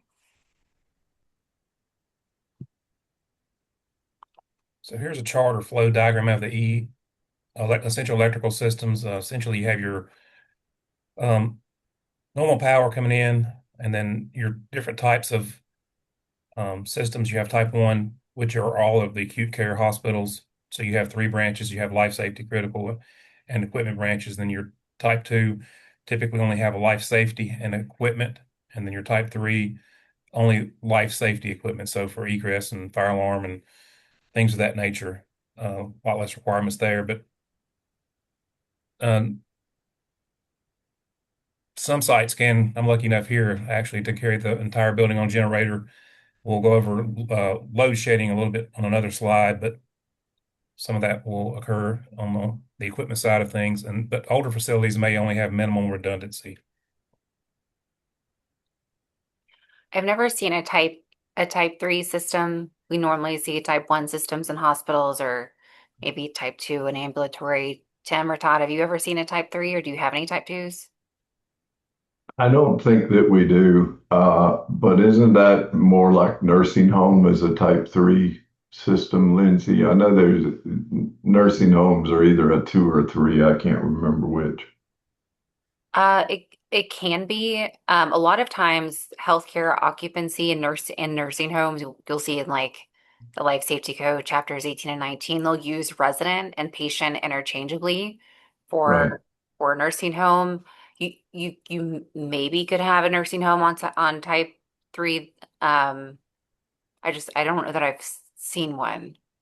It'd be more probably that like intermediate care type thing between home and then a full-blown nursing home, kind of, I Yeah. forget what they call it, where where you're still able to come and go as you please. Yeah. Like assisted living. Yeah, Yes. assisted living. Thank you, Todd. Where I'm probably headed in the next couple of years at the rate I'm going. And then this is a small hospital category or small um hospital waiver where like Todd mentioned, you have less than 150 kVA. However, if at any time you have an addition or expansion and it goes over that threshold, then you automatically have to go into a type 1 system, which of course is very expensive. So essential electrical system branches. So we've talked about life safety branch, critical branch, equipment branch. Here we go in a little bit more detail. The life safety branch supplies power to fire protection, fire alarm, and other life safety equipment. Backup sources for the life safety branch must be independent of all other loads, and the power must come from a non-delayed automatic transfer switch. So, and nothing other than life safety considered items are to be on this branch of power. The critical branch supplies power to certain areas and functions related to patient care. So this is where you'll see your red outlets will be on the critical branch. Life supporting clinical equipment is assigned to the critical branch. And then the equipment branch is power to your equipment, such as your boilers, your air handling units, your chillers. Other devices served by the equipment branch could include control systems and alarms, medical air compressors, and surgical air for surgical air functions.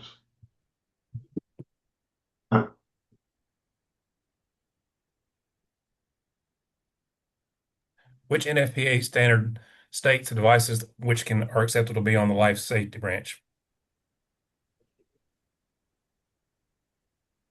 I'll try not to be offended if you missed this one since I did answer this question earlier.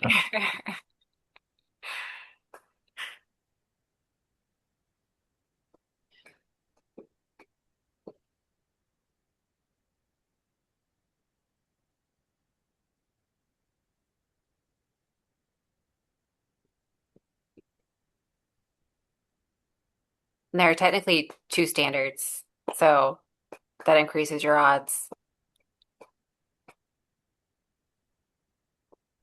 Bonus points if you can name both of them.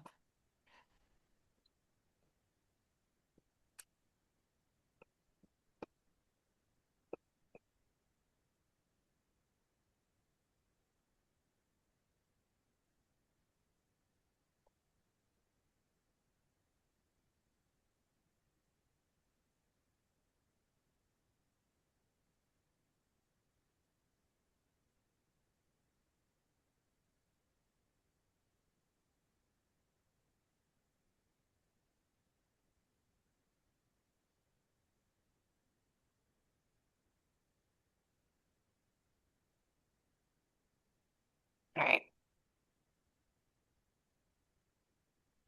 Ooh, this okay. I don't know who this was. NFPA 70, Article 517. Best answer. Yeah, best answer on here. Um, that is the most prescriptive, explicit source for identifying which devices are served by the life safety branch. It's more prescriptive than what's in NFPA 99, Chapter 6, which is the other one. So the essential electrical system is unique to healthcare, which is why it's covered in NFPA 99, the Healthcare Facilities Code, specifically in Chapter 6 of that code. And then it makes references to what should be covered on each branch. But if you go to NFPA 70, Article 517, that's where you'll find a more prescriptive list. And the example that I often use is that in NFPA 99, it mentions alarms. Some alarms can be on life safety, and then also alarms on the critical branch. But if you go to 517, that's where you'll see that med gas alarm actually called out for the life safety branch. So So either somebody else should be that answered that should be teaching this class, or Chat GPT did a great yeah, job for him. I I think it's the first one. I think this person is a baller and they just knew the answer. So good work. So here are the devices that are allowed to be on the life safety branch per NFPA 70, Article 517. Means of egress, lighting, exit signs, and directional signs, fire alarms, obviously. Med gas, this, as Lindsay mentioned, this is where the med gas systems alarms are called out. Mechanical control systems needed for the life safety branch, which includes HVAC, which may be something similar to smoke evac or smoke control systems. Hospital communication systems for emergency constructions, so overhead paging, lighting and receptacles that at the generated at the transfer switch locations, battery chargers for emergency lighting units, accessories needed for generator operation, What's elevator. up? I'm sorry, Tim, I think you might be needing on mute. Uh, Automatic operated doors used for building egress. So basically anything egress wise, fire alarm wise, that's what's on the life safety branch.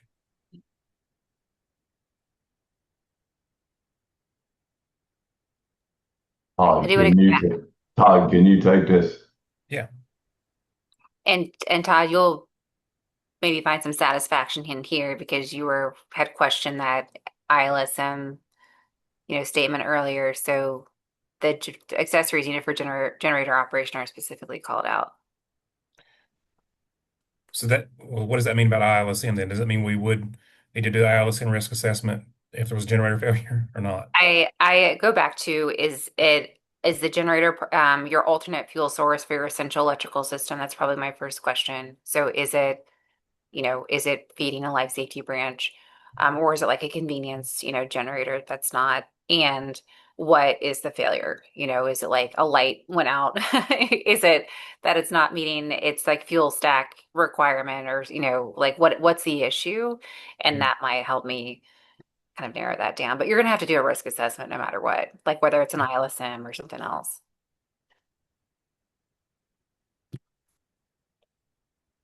So here are some examples of devices and equipment that are allowed on the critical branch. And this branch is just a step below the life safety as far as priority, although they're both very important. But task lighting outlets for anesthesia gas locations, additional outlets and circuits required for hospital operation, uh, isolated power, which you'll find in your wet locations, your ORs, your ICUs, some patient care areas, including infant nurseries, med prep areas, pharmacy dispensing areas, psych bed areas, ward treatment rooms, and nurses station, and this is covered by the corridor lighting.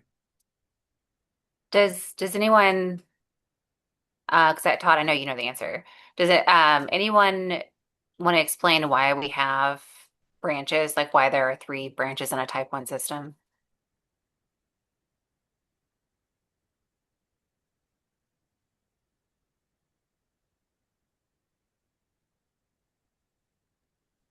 Oh, come on. Take a shot at it. One would be compliance and the other would be for load shed capabilities. Yes. Yeah, I was looking for load shedding. Yeah. Yeah, great answer. Thank you, John.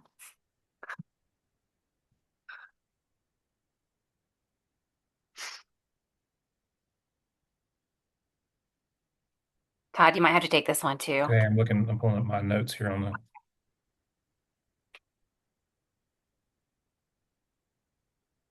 This one was mine. So some other devices that can be on the critical receptacles that can be on the critical branch or nurse call systems, blood, bone and tissue freezers and banks, some telephone equipment, outlets for the patient beds, cardiac cath labs, coronary units, hemo rooms and areas, ED treatment areas, uh, ICUs, as we mentioned earlier, and recovery rooms.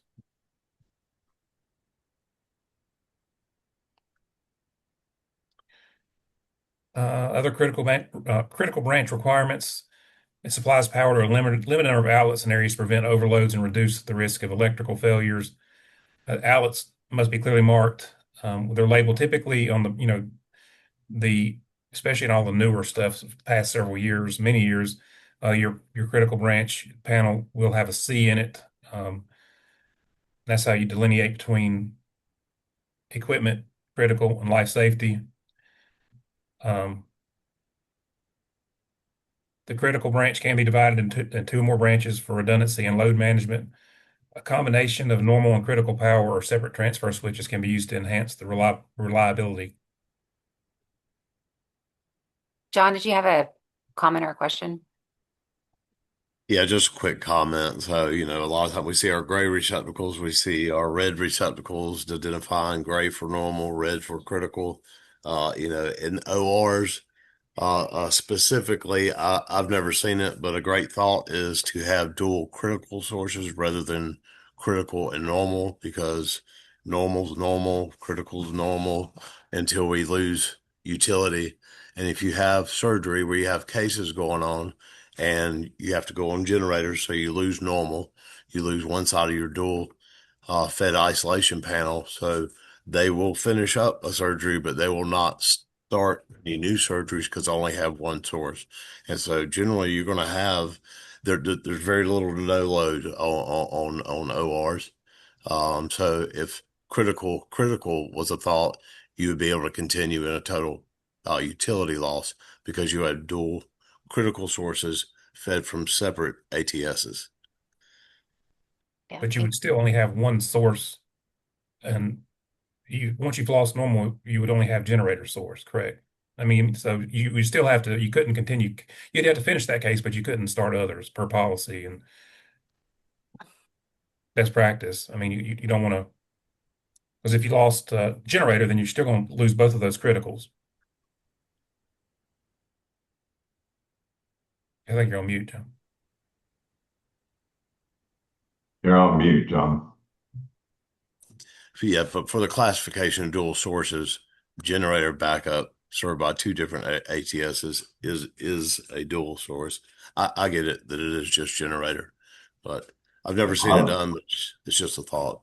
Yeah, our policy says that you cannot start a new case if you only have a single source of power, be it utility or generator. Scotts Hill is on two different ATSs, so they have critical in their ORs. So it's critical ATS A and then B. I'm hijacking Will's computer since mine won't work. I was going to say, you don't look like Will Spade. So you have two critical ATSs, is what you're saying, correct? Yes, it's A and B. So everything's critical power in the ORs. There is no normal power in there. Well, correct, but you're on normal power till you lose power, then it becomes critical power. Yeah. Yeah. So you still have two different ATSs feeding that OR. Yeah. Correct. But those outlets are on normal power until. Well, yes, everything is, but yeah. So we need to break from calling it normal and call it utility and generator, because that's where the definition is if you don't have utility power and you're strictly on generator power, you do not start another case in the OR. We could still have normal power in the building because we have done a lot of our buildings are 100% backed with power, where even the normal power is being fed by the generator. So you could still have normal power in those buildings, but you don't have utility power, and that's the distinction. Good point. So load shedding. So Load shedding is an intentional reduction of the electrical load. So if you had a generator problem, overloaded, your generator crashed, whatever, you're down to a single generator that cannot support the full load of the building, you start load shedding off non-essential systems. So in the instance I talked about a minute ago where we have normal power on the generator, normal power would be the first thing you would shed. Then you might want to shed non-emergency lighting. You might want to get rid of your water fountains, your ice machines, definitely your electrical vehicle charging stations, because we shouldn't have had them to begin with, in my opinion. We aren't a damn gas station. We're a hospital. Air conditioning and heating in for inpatient areas would go if it got that critical. So you're trying to get down to where you still have enough power for your life safety systems is the bottom line to this. You want to keep your life safety systems going as long as possible. And so that's what load shedding allows you to do. Whew, dang, I'm about done with electrical, and so are you guys, obviously, in this. So environmental management comes up next. Fuel storage tanks. So fuel storage tanks, there's two different types. There's the above ground, and then there's the underground storage tanks. You'll hear them referred to as USTs. They are highly regulated compared to the above ground. You will see that going forward, we'll do very few underground storage tanks. Most of our tanks will be above ground, but some of our existing sites have underground storage tanks.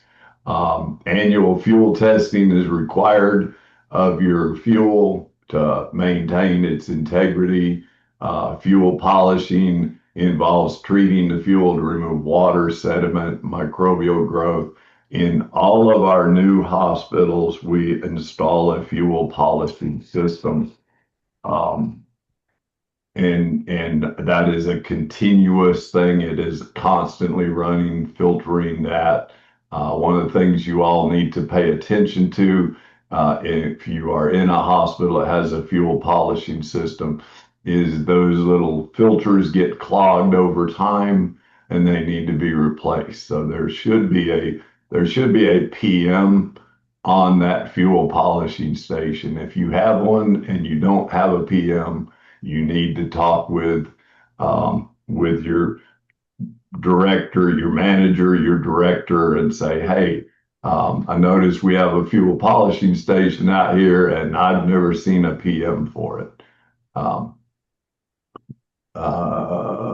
you also have to have a spill prevention control and countermeasurement plan that is updated regularly, and an emergency response procedure should you have a fuel oil spill. Tanya, was your presentation skills assignment for underground storage tank requirements? It was underground storage tank permitting. Permitting. Okay. Was that an interesting topic for you? Yes, very much so. Oh, cool. Yeah. I heard you, I think you were the first one to present and I heard you crushed it. So great work. Thank you. So decon tanks, not every location is going to have these. I had a little bit of experience with these myself. So these are typically found when I was responsible for Plymouth Hospital, which I no longer am, but typically in your EDs, they're connected to your hazmat decontamination rooms. So there's drains in the floor, and when they bring patients in that have been involved with some kind of chemical or biological instance, so they need to be decontaminated. Essentially, they bring them in and it's washed. They decontaminate the patient, and that goes into the storage tank. And rather than going into the municipal system, but I know here at Kernersville we don't have a tank, and we are allowed. And I've worked with Matt Merritt on this in our emergency management a while back. The code actually reads that you can decon up to 5 patients as long as it's not involving radioactive material. So, and discharge that into the municipal water system. But to prevent that, or just because you never know what type of patient you're going to have come in, a lot of locations have stored these tanks, and they do have to be maintained occasionally. You know, if it, I think after, well, they have emergency showers, emergency eye washes, all that have to be tested. So that's going in there and those drains over time as well. I think at Clemens they finally had to have it pumped after about 10 years of operation. So, but not saying that it should have been done sooner, but they have, when it gets to a certain level, there's alarms connected to them. And then there's only certain, I think they used Clean Harbors or someone to come empty that, but they do have to be tested and maintained.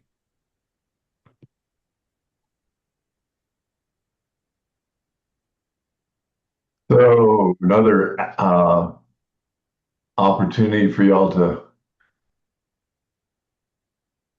show us what you've learned. You're evaluating fuel storage system that supplies emergency generators. What are 3 specific compliance or maintenance activities you would check to ensure the system's reliable and meets EPA and NFPA requirements?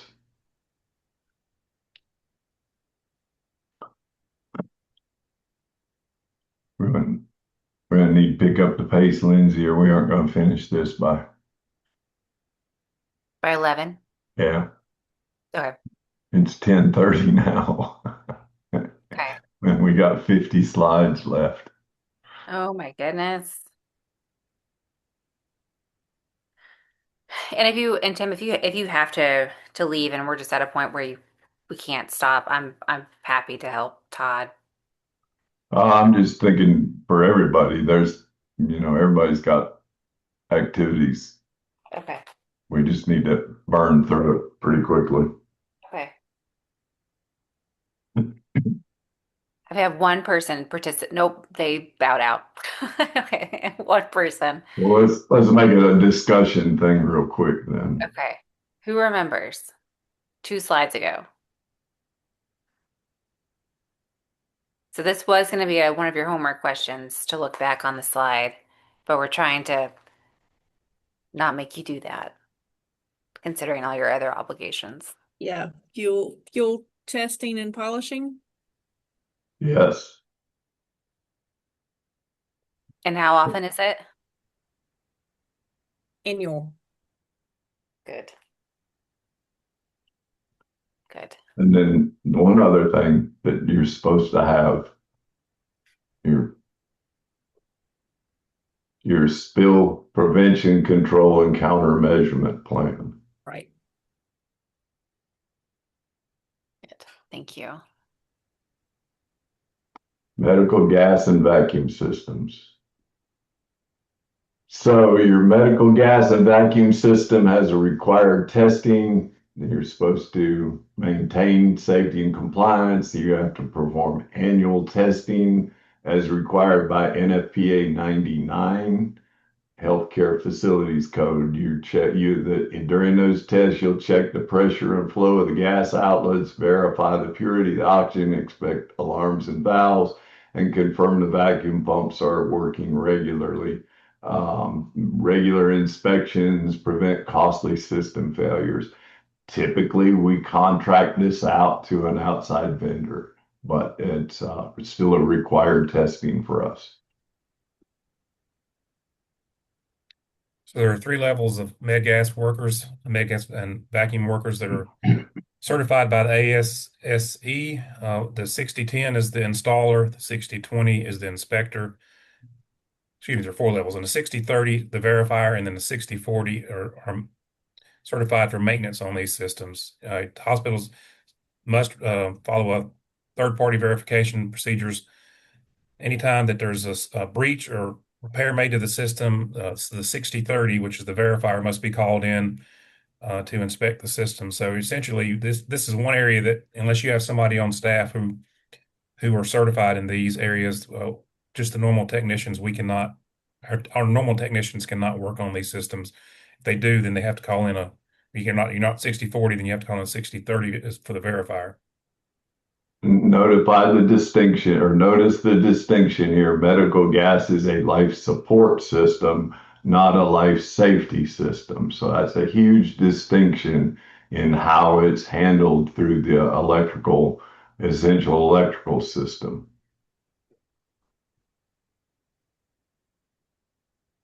Plant engineering, medical gas emergencies failures, plant engineering, those of us in it should coordinate with the respiratory team during failures, outages, activities. Hospitals should have a documented emergency oxygen supply plan to ensure uninterrupted support. If oxygen pressure drops, you should immediately check both the primary and the backup system, activate the emergency oxygen system, and coordinate staff to restore normal functions. The reserve in-use alarm should be continuously monitored to detect supply issues early, and oxygen manifold systems should be set up to ensure smooth transitions. There is, that's why we have a medical gas alarm panel, is to give us notification of these things. Similar to what Tim just said, medical air and vacuum emergency failures. It may not be an immediate emergency if a medical air compressor fails, but we need to have redundancy in place. Same with vacuum systems. All hospitals have portable systems for backup until hopefully the service can be restored. But team members in plant engineering or maintenance should be trained on emergency medical gas procedures and how to switch to backup, changing to oxygen manifold system, or helping deploy portable oxygen cylinders if needed. And hospitals should have trained clinical staff, not only, well, of course, they'll be trained in response to these if there's a failure, how to use portable equipment. So I think we need to go to the next slide because we haven't talked about this yet. I think we got this one in the wrong place. So telemetry and the redundancy. Many hospitals now use telemetry monitoring instead of manual readings, allowing team members to track gas pressure, flow rate, system performance in real time. So a lot of you, I think all of our sites have a cellular connection on our oxygen tank in the tank farm that goes directly to air gas to notify them of the level of the oxygen in the tank. That's what they're talking about here with the telemetry system. This technology reduces human error and provides automatic alerts. It's important to understand your system's redundancy, how many compressors or pumps can go offline before it affects operations. There are multiplex medical air compressors, as they call them, for redundancy. So you'll typically have, you will at a minimum have 2 separate compressors on your rack of compressors, but you could have up to 4 depending on the size and the amount of oxygen that you have, or the amount of medical air that you need throughout your building. Basically, it's a failover. If one fails, another one can come on and continue running.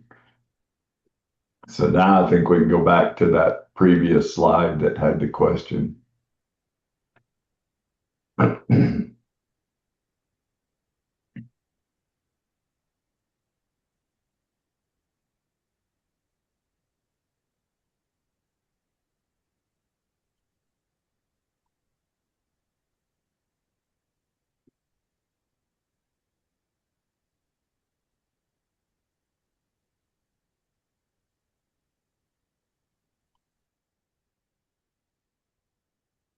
Does anybody want to take a stab at this one?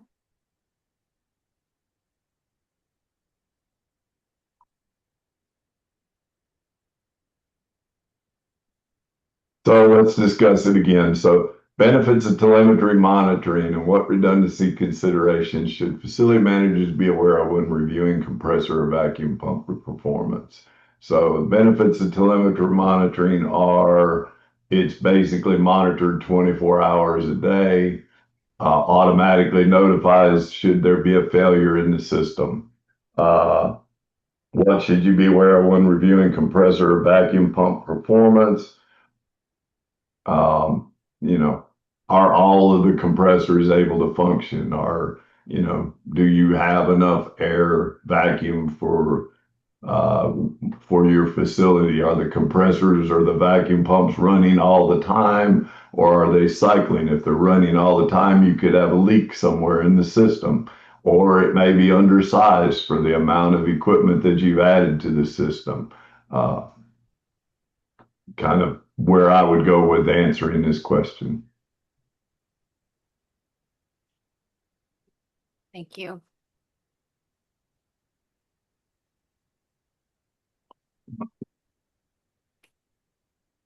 So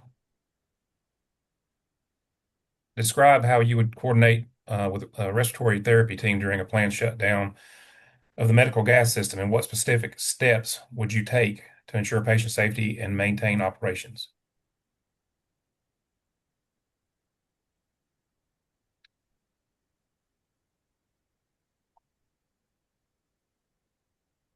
Done a lot of this over the years.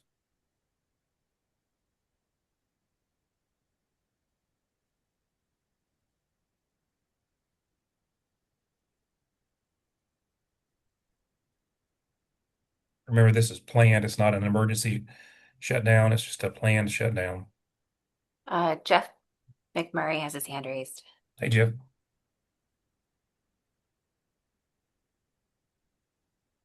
I think you would have to give them notice, as far as like oxygen tanks, if they needed that, or portable oxygen generators.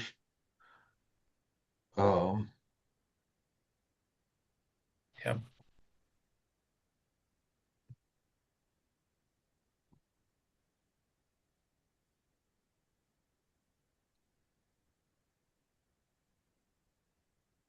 Yeah, I think all of the above. Cool. Yeah. The one, I'm not sure that we need to move patients. The one that mentioned they need to move patients to a safe place. I'm not sure. The main thing is the one below it. Understand portable capacity and placement communication, like Jeff said, and notify when downtime starts and stops.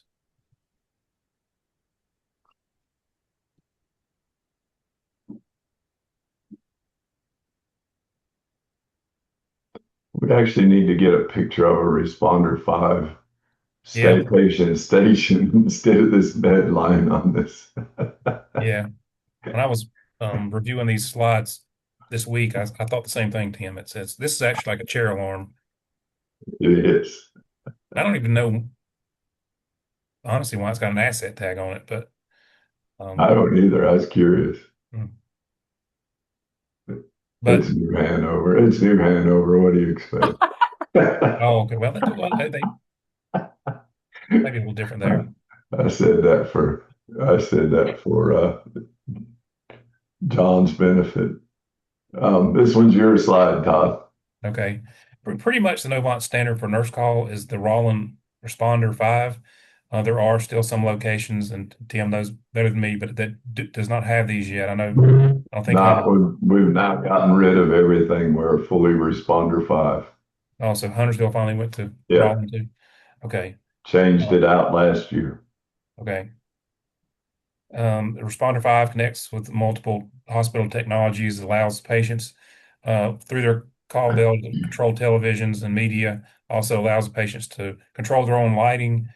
The system integrates with eVideon, although Tim, once again, I think we've switched from that platform to Helicare or something like that.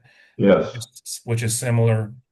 But this is an interactive platform that provides content and such as meal ordering, entertainment. It also essentially did away with the whiteboards that they use the dry erase markers on the side. All that information is now is contained on the TVs within the room. But that being said, I'm almost certain that every location does not have either the Helicare or eVideon yet. There's still a process on that. That's correct. And it can interface, although I'm not sure how this occurs, Tim, but how it interacts with the EMRs or electronic medical records for documentation. I'm not sure if that feature is being used or not. But no, that third word there, can, is highly I mean, basically we don't do it.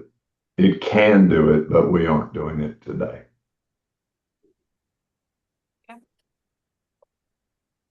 So location tracking and call automation, we've enhanced the efficiency and response times using staff tracking and call cancellation features. I believe it's installed in all locations now. We use a system called Midmark from a company called Midmark on the nurse call system. Unfortunately, we have about 5 different location tracking systems in our hospitals, between Midmark, or sometimes you'll hear it called Versus. There's also the hand system. What is that, Todd?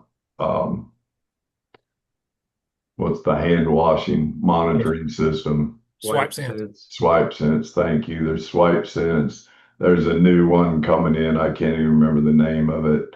We'll talk in a few minutes about the child infant abduction system, which is basically a location and tracking system that we're also starting to use now for emergency or duress calling for staff, for nurses. But anyhow, the nurses and team members wear RFID badges. When a team member enters a patient room, the call is automatically canceled. A dome light outside lights up to state that there is a team member in the room, and depending on what the team member's role is, it could light a different colored light. So an RN may get one light, where a CRNA may get another light, different color light lit.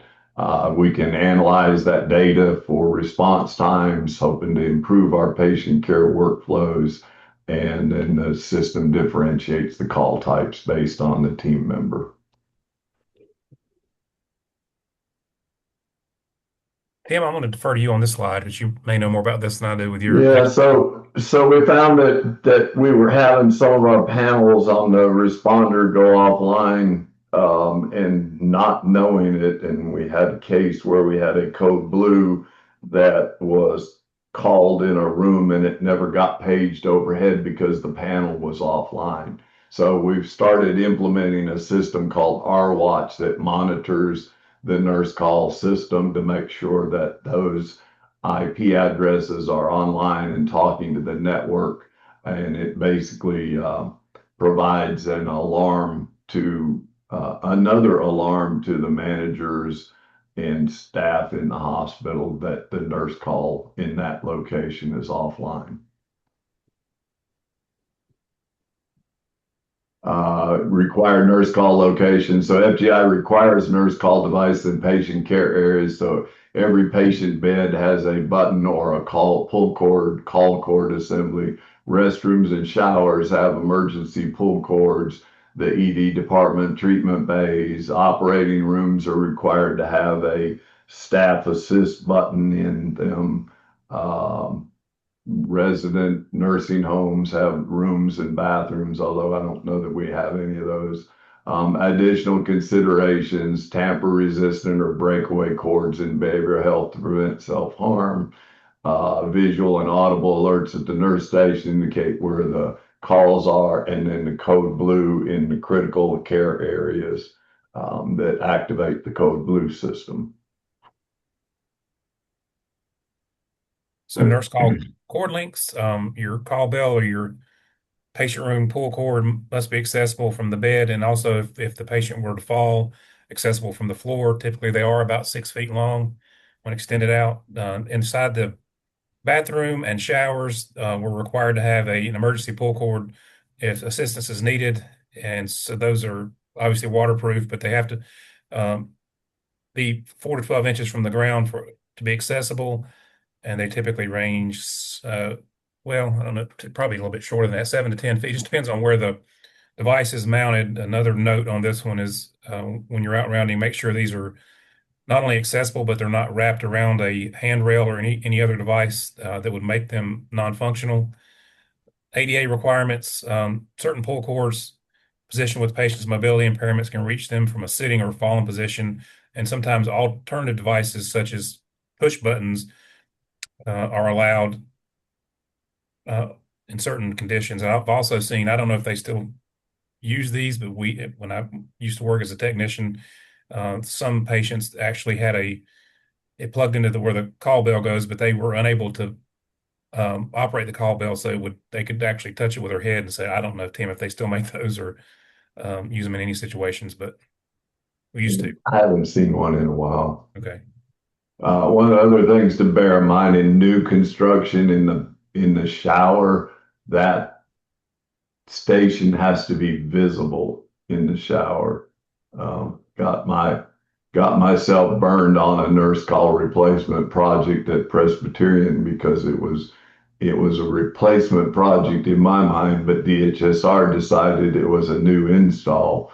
And so I ended up having to move all of the old shower pull stations that were located outside of the shower into the shower. And it was about a $350,000 additional cost to my nurse call project to relocate all of those stations inside the shower rather than outside. So just a little heads up. Music systems, radios, and internet connected TV. So operating rooms, we've got speakers in the ceilings, we've got Bluetooth, we've got music to reduce that poor surgeon's stress. And I don't know how we consider that listening to music is going to improve his focus, but some reason we think that. They're designed to be hands-free, voice controlled, so they don't interfere with sterile procedures. We use two-way radios. We used to use them in plant engineering. We've now gone away from that, and everybody carries a phone, but public safety still carries two-way radios. We have the paging network up in the ceiling, and then we have it's called an emergency broadcast system. I'm not sure what they mean by that, but we also have a emergency radio connection so that when the public safety people, as in fire department or police, come into the building, they are able to have that two-way radio work anywhere inside our building. Radios provide instant communication. You don't have to dial up somebody. All of our new hospitals, starting with Scotts Hill, are moving to internet-based TV systems. So the Scotts Hill Hospital will be the first that uses a streaming TV service. They're all smart TVs that are connected to the internet and the network, so the patients can work the TV and utilize it similar to how they would at home. So we think I want to see an 80-year-old woman or man operate a streaming TV. Be interesting to watch. But The radio system that Tim was referring to for first responders inside our hospitals, I don't know if every hospital requires one, but I know from experience here, they're called a BDA system or a bidirectional antenna. And those are required, found out through my local AHA. There's a code in the NFPA. I don't remember the exact one that requires an annual inspection of that. So basically, you have to hire a third party. I'm setting that up now for this year to come through and test every single nook and cranny of your hospital to make sure that they have that two-way service. And we just had to replace the one here, and it was not cheap a couple of years ago. Yeah. And it is required in all new hospitals. They aren't going to give us a permit anymore without that in there. All right, so moving away from nurse call to the HUG system, can someone describe how HUG's infant protection system works and what risks does it help mitigate? I think there's another one where the question precedes the. It does. It's just to see what everybody knows before we get into the content, just to see what the baseline is. But is anyone familiar with the HUG system? Sheena? From what I understand, they place the hugs bracelets on the infants, and they've got a protected area within the hospital. I know a lot of the times at Forsyth, like if they get too close to a window or near an elevator, that it'll go off and it'll um, alert the entire staff and hospital, and they have to kind of mitigate that by going to specific areas, like the employees go to specific areas, um, and it integrates within, like, I guess your possibly your fire alarm system with the alertus on that, so that way it'll be announced and everybody would, you know, be able to hear it. Well, when there's an infant alarm, Tim, it goes, correct me if I'm wrong, but or anyone, but it is activated and it is dispatched to the SOC and they dispatch overhead, Yes. but potentially could be, I don't know, integrated into Alertus somehow.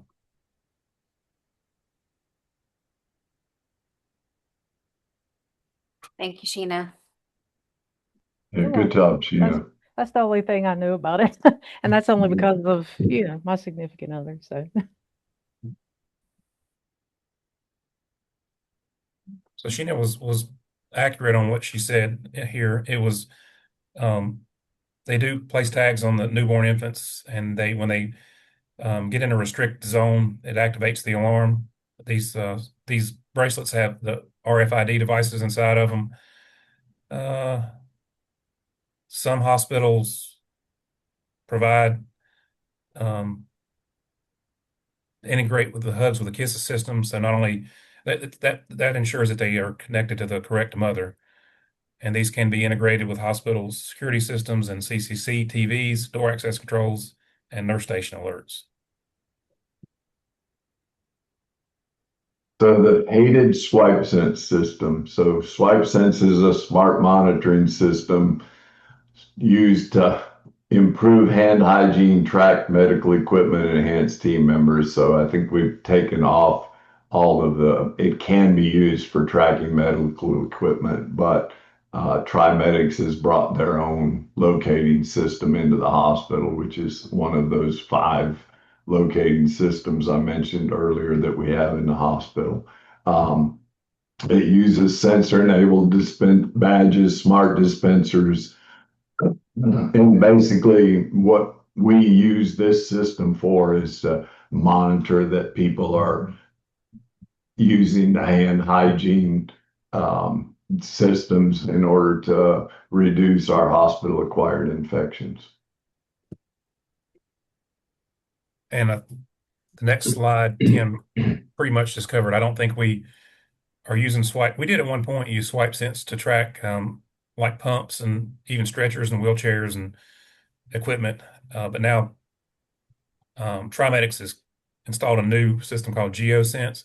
So that's what they have installed as their tracking system for mainly pumps and other equipment. And it helps them with their PM compliance, because that way they if someone takes a pump or a piece of their equipment and stores it in some office somewhere, for example, they can't find it to do the PM, so then they're non-compliant. But don't really use that is an option we can use with swipe sense, but typically I think we've kind of gotten away from that one. And the data from swipe sense is displayed on a central dashboard, giving hospital administrators insights into hand hygiene compliance, et cetera.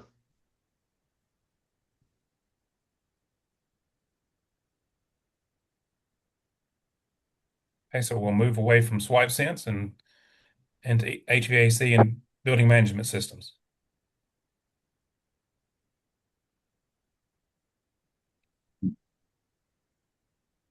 Okay, so ASHRAE standard 62.1 is a standard for ventilation and for acceptable indoor air quality. So essentially our locations must maintain acceptable indoor air quality, or IAQ, or for a clean, healthy environment for our patients and our staff. There's minimum requirements, which we go above and beyond the minimum requirements on some of these standards around such as guidelines for outdoor air intake, ventilation rates, filtration systems, which reduce harmful particles and pathogens and chemicals. Also, proper moisture management is also key. 62.1 ensures healthcare HVAC systems are maintained and monitored to consistently meet IAQ standards, which supports a safe and comfortable environment.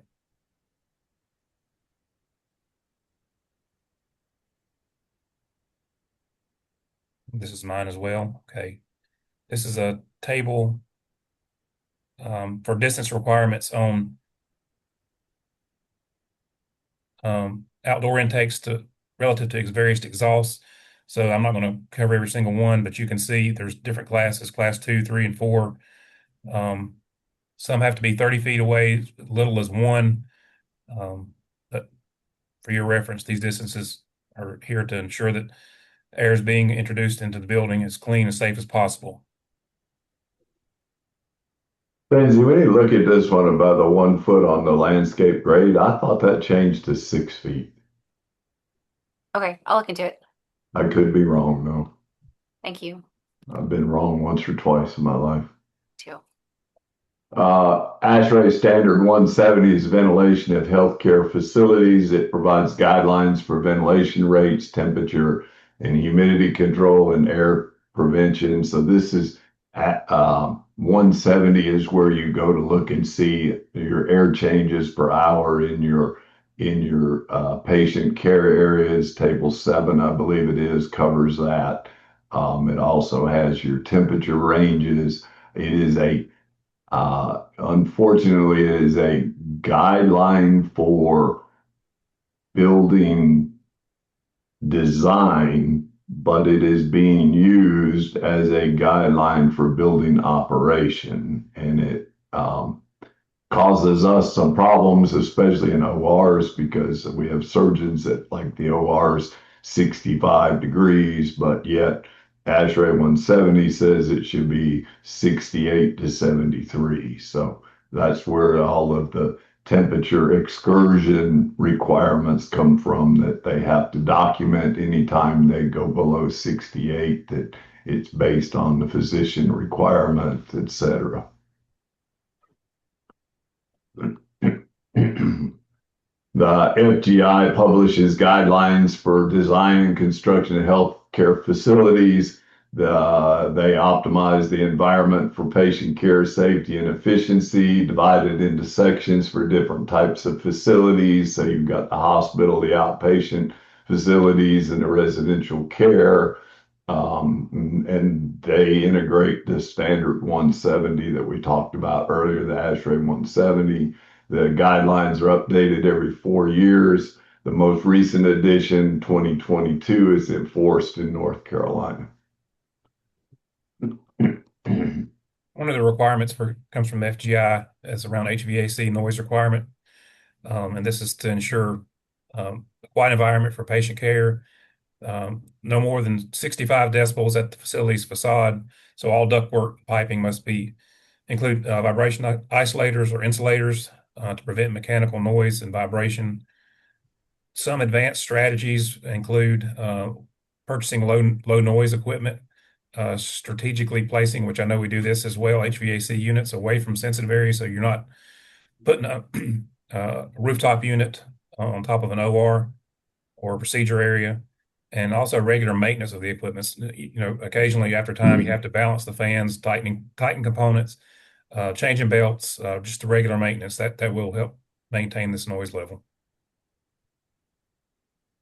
So duct-mounted humidifier requirements. So we've got a requirement to maintain a humidity in our ORs at a optimal level to prevent moisture-related problems like mold growth or too dry, static electricity problems, that kind of thing. So duct-mounted humidifiers have to be placed twice the distance needed for maximum absorption from the final filters, because you want your moisture to be absorbed in the air before it saturates your filters and ruins them.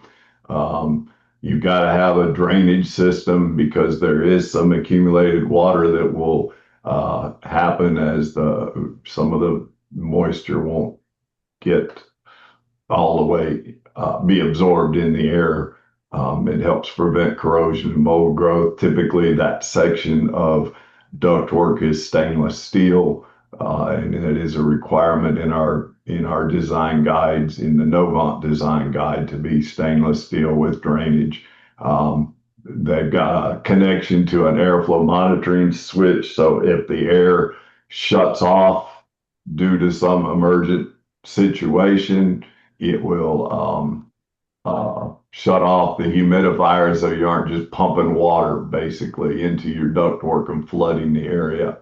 There is a high limit so that if you start over humidifying it either if it's an analog high limit, it will just start cutting back the humidifier to get to a point that it's not over humidifying.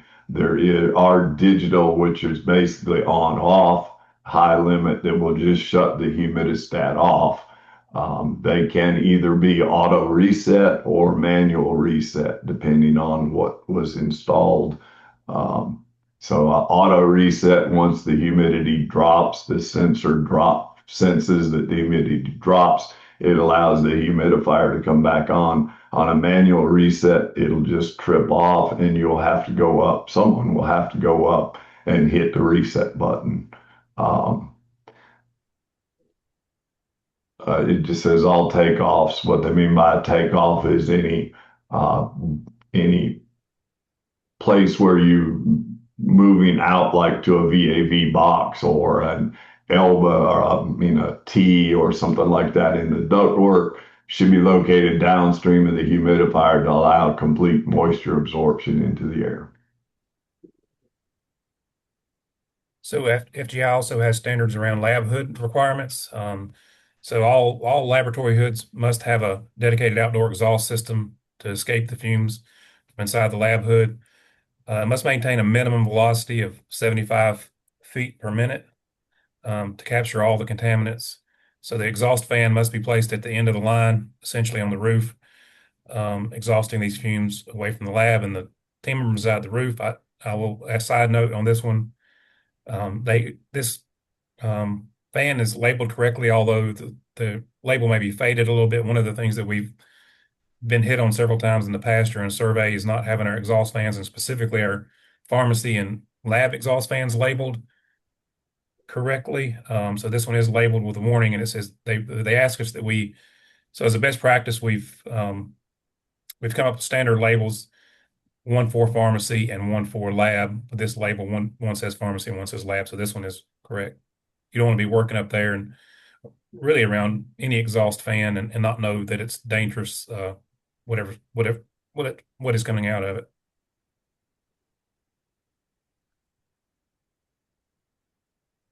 NFPA 99 Healthcare Facilities Code is the establishes safety standards for designing, installing, and operating a healthcare system. The code outlines requirements for ventilation, air filtration, and air changes per hour. It emphasizes maintaining appropriate air pressure differentials and mandates redundant and resilient HVAC systems in healthcare facilities to minimize risk of failure. So NFPA 99 controls the WAG-D requirements, and the WAG-D stands for Waste Anesthesia Gas Disposal. So these systems they do protect team members to ensure they're not exposed to hazardous gases. So scavenging systems are not required in areas such as the ED, where only brief anesthetic gases are used occasionally. But here's a good picture of an example of a WAG-D system in a hospital.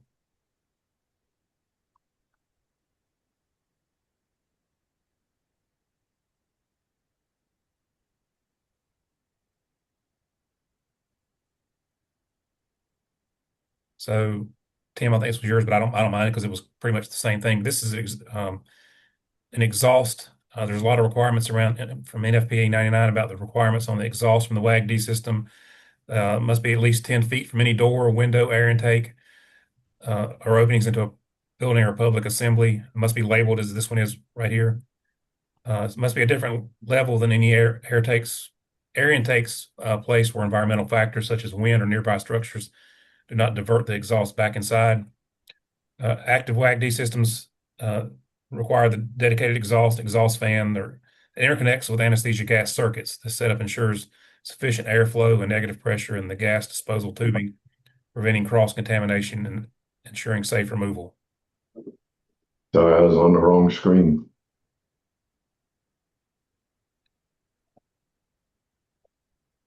Okay, NFPA 99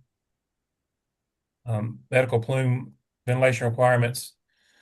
These are plumes vented through a dedicated system that exhausts outdoors with an outlets 25 feet from any door, window, or intake. This exhaust must be on a different level in intakes to ensure dispersion and avoid re-entry into the building. These are typically portable evacuators or through wall suction, which use ULPA, ultra low particulate air filters, to evacuate the plume.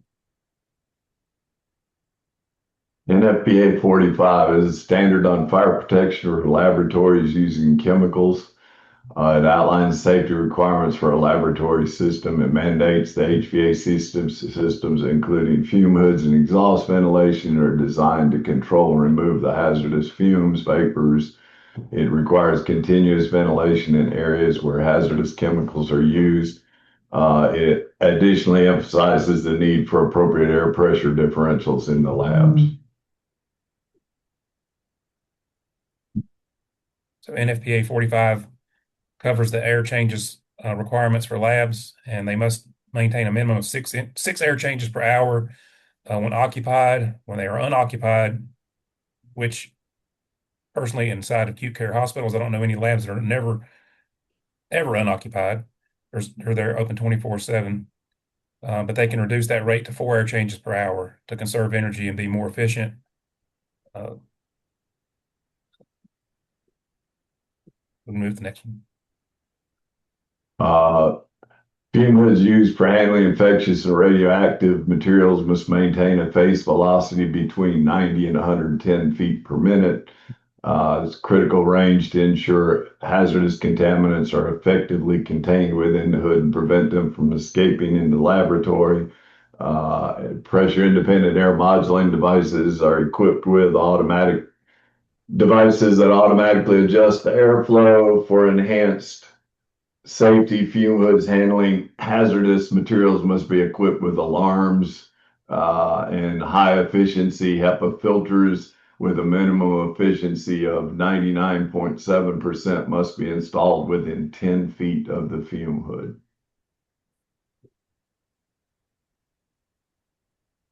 So similar to what we just talked about in the lab, these are in your pharmacies, your ISO drug buffer rooms. These rooms have to maintain a safe working environment for chemotherapy and other hazardous medications where they are compounded. These rooms are negative. Have to have a negative ventilation system, and as we mentioned earlier, the exhaust duct also has to be labeled with warning and where it's coming from, which is the pharmacy. So I don't know why. NFPA 101 is the Healthcare Facilities Code CMS adopts.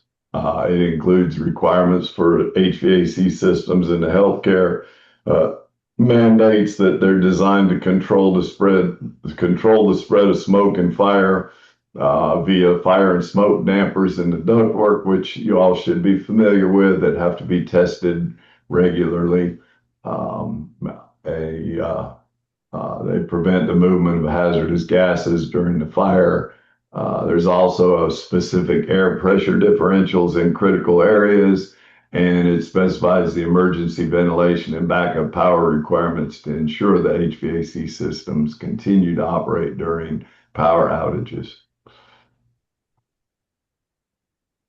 So the North Carolina Mechanical Code that regulates the design, installation, and maintenance of mechanical systems, which includes HVAC, refrigeration, exhaust, within the state of North Carolina, in place to ensure these systems are adequate ventilation, maintain indoor air quality, operational safety, efficiency, It also includes safety requirements in this standard for installing and operating mechanical equipment such as boilers, furnaces to prevent accidents and ensure reliable operation.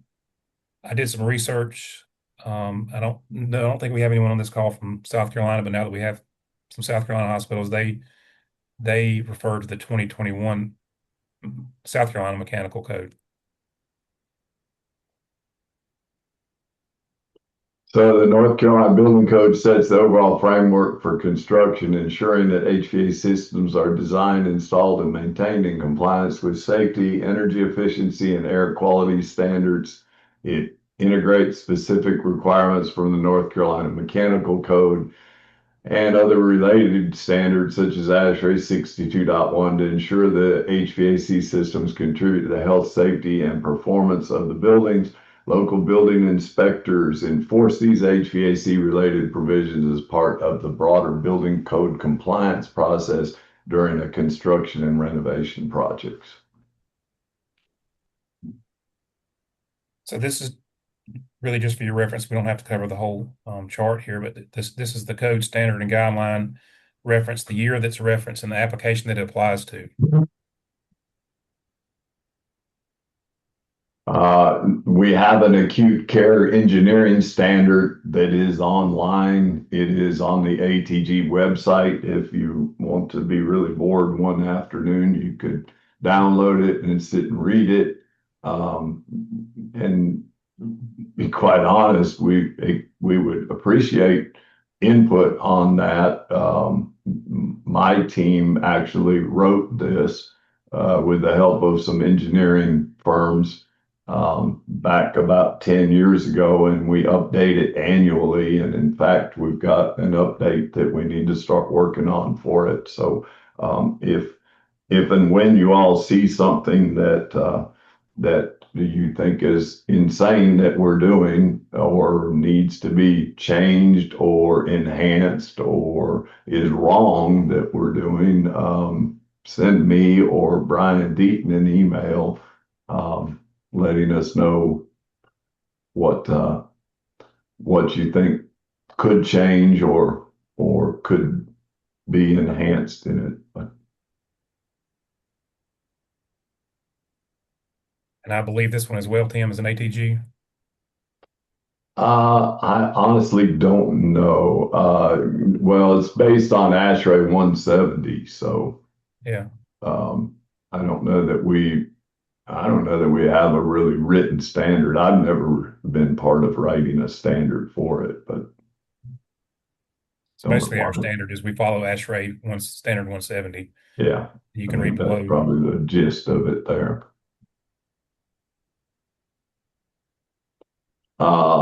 As in our design guideline, we state what our chill water system design is for the engineers. Basically, what we're trying to do is keep engineers from designing a building the way that they want to design it. We want them to design it the way that we want to design it, is the purpose of these standards. So we tell them typically want them to do a design for a 44-degree supply water temperature on the chill water with a 18-degree rise maximum delta in there. Multiple chillers with variable ton configuration for any load that exceeds 120 tons, and of course low global warming refrigerants. We're actually moving away. It says here prefer water-cooled systems, but in our newest community hospitals, we've actually moved away from water-cooled systems and we're going to air-cooled chillers. So Scotts Hill will have all air-cooled chillers. It kind of depends on the application, but moving to air-cooled chillers takes out a good bit of cost initially. The air-cooled chillers are becoming about as efficient as the water-cooled or pretty close to it. And then when you take out the factor that you don't have to deal with a cooling tower, you don't have to worry about Legionella, you don't have the chemical treatment, you don't have the extra pumps that are used and all that. air cooled actually starts looking really good. Chillers are selected to avoid surge conditions. So if you've ever walked into a chiller plant and you hear the chiller going, kind of, that's a surge. And the chiller is not operating efficiently at that point, and it could damage the chiller and it will shut down in a short order time. We do interface the chillers with our building management system, and we put a hinged water box on the condenser side because that is an open water system. It's exposed to the atmosphere through the cooling towers. So that is the dirtier side of the chiller all the time. So we put a hinged water box on that to allow easier cleaning of it.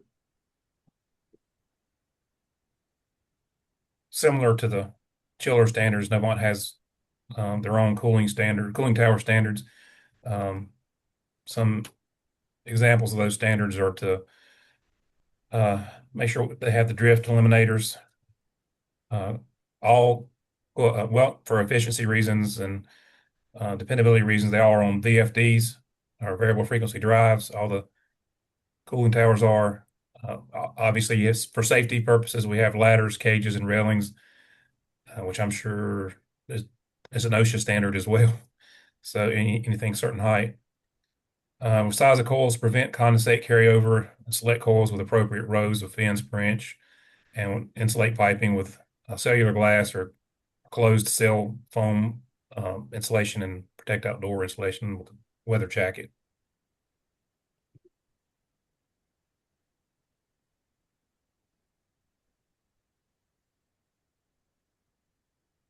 This one's you too, Todd. Almost a different one. I'm on heating standards. Yeah.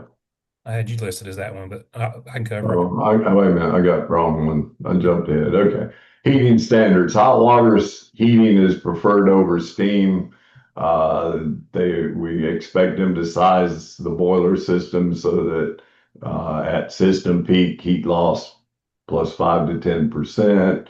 We want multiple boilers for better load control. We prefer condensing boilers for energy efficiency. The boilers have to be dual fuel because we have to be able to operate should we not have natural gas available, but natural gas is a lot cheaper to buy than fuel oil. And then you size it based on outdoor air temperature of 20 degrees with a 20-degree Fahrenheit temperature difference. So more on the Novant's heating standards. These are boiler controls and accessories. We interface our boilers as everything else with our BMS system. Use blowdown or separate recovery units for flue gas recovery, heat exchangers for improved efficiency. A lot of these projects where we may not have, or locations we may not have these, you'll see in the future here us working with Infra, company we've partnered with to get these included. Also, mineral fiber insulation. We follow the ASHRAE handbook guidelines for venting design, the specified type of AL29-4C stainless steel for venting and condensing combustion, and we design combustion air intakes per NFPA 54 and the state mechanical codes.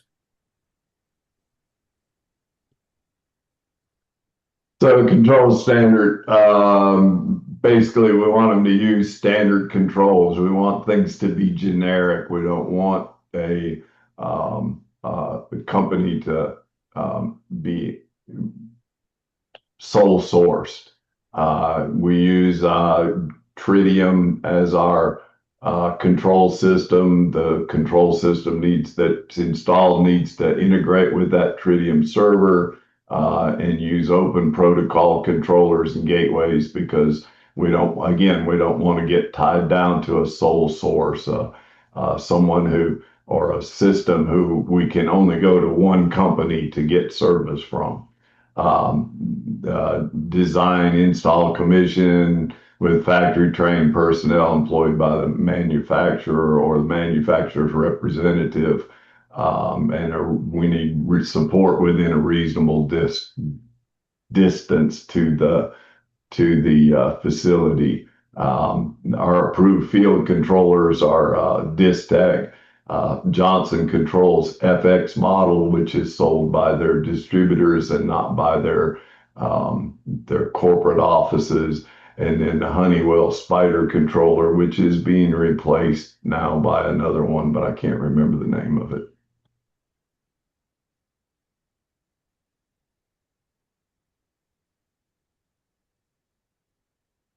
I think this one's yours as well, Tim. I think.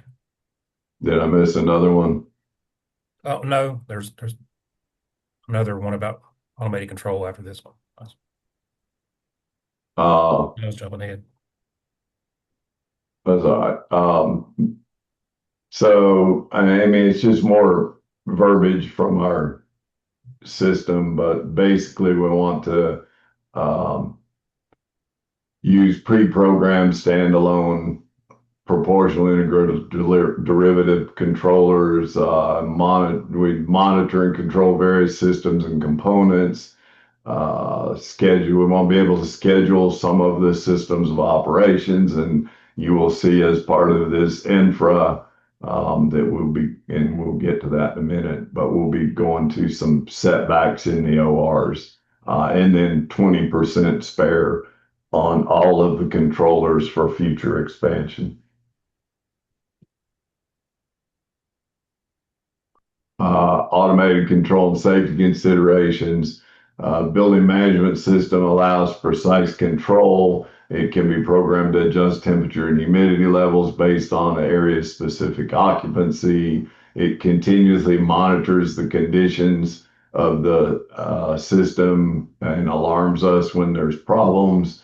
Our primary consideration in healthcare is patient safety and comfort, even though energy is an important consideration. Setback strategies are carefully designed to ensure critical areas can return to their required conditions without delay. But we still have to comply with healthcare regulations that govern the conditions, the environmental conditions for patient care areas. So night, weekend, OR schedule setbacks. I know there's a push now even more on this with saving energy and efficiency, working with Infra on this, but essentially implementing night and weekend or schedule-based setback control strategies on HVAC systems can lead to significant energy savings, especially in areas that are not continuously occupied like ORs.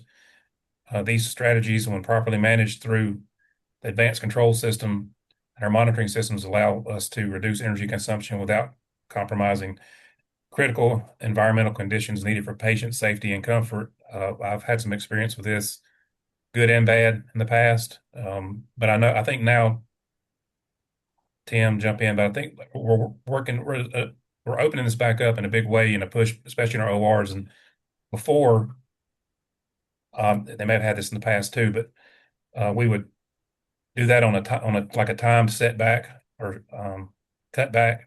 And now we're in the ORs, we're looking at installing sensors, correct?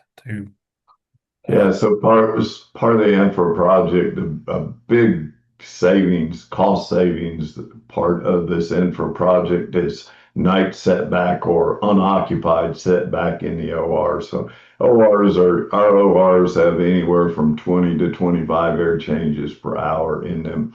And code allows us now to drop that to 6 air changes per hour as long as we maintain the pressure relationships to other areas of the hospital and the temperature and humidity requirements in those ORs.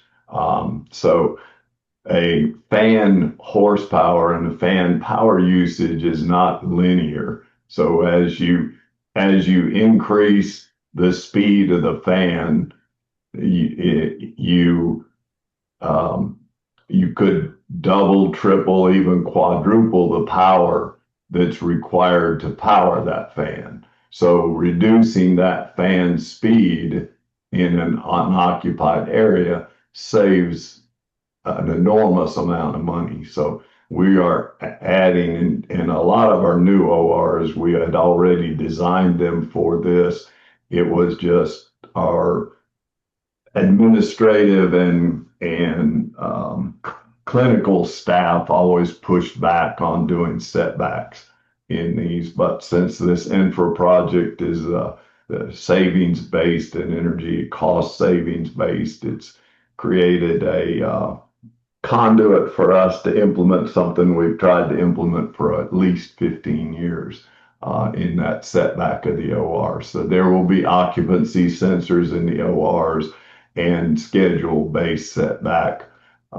So if during a scheduled setback to reduce that fan speed and those air changes, somebody goes into the OR, it will automatically bring that OR back up to its 20 or 25 air changes per hour. And there is a display in the ORs that tells the OR staff that the room is either in unoccupied or occupied, whether it's meeting the air changes per hour or not.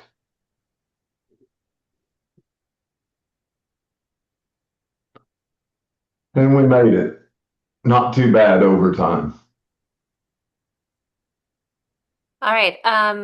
Thank you everyone for your time and attention. I know we didn't break much. We were trying to shave off time today. You've got a copy of the presentation. If anyone has anything they want to stick around and talk to me about, I'm happy to do that. Otherwise, I hope you all enjoy the rest of your day and your week. I'll see you next time. Thanks, y'all. Thank you. Bye. Have a great day, y'all. Thanks, you too. Thank you, Lindsay. Thank you, Gina. Hey, Lindsay, I actually did have something to talk to you about. I just sent you an email about it. I was hoping that you could review my presentation.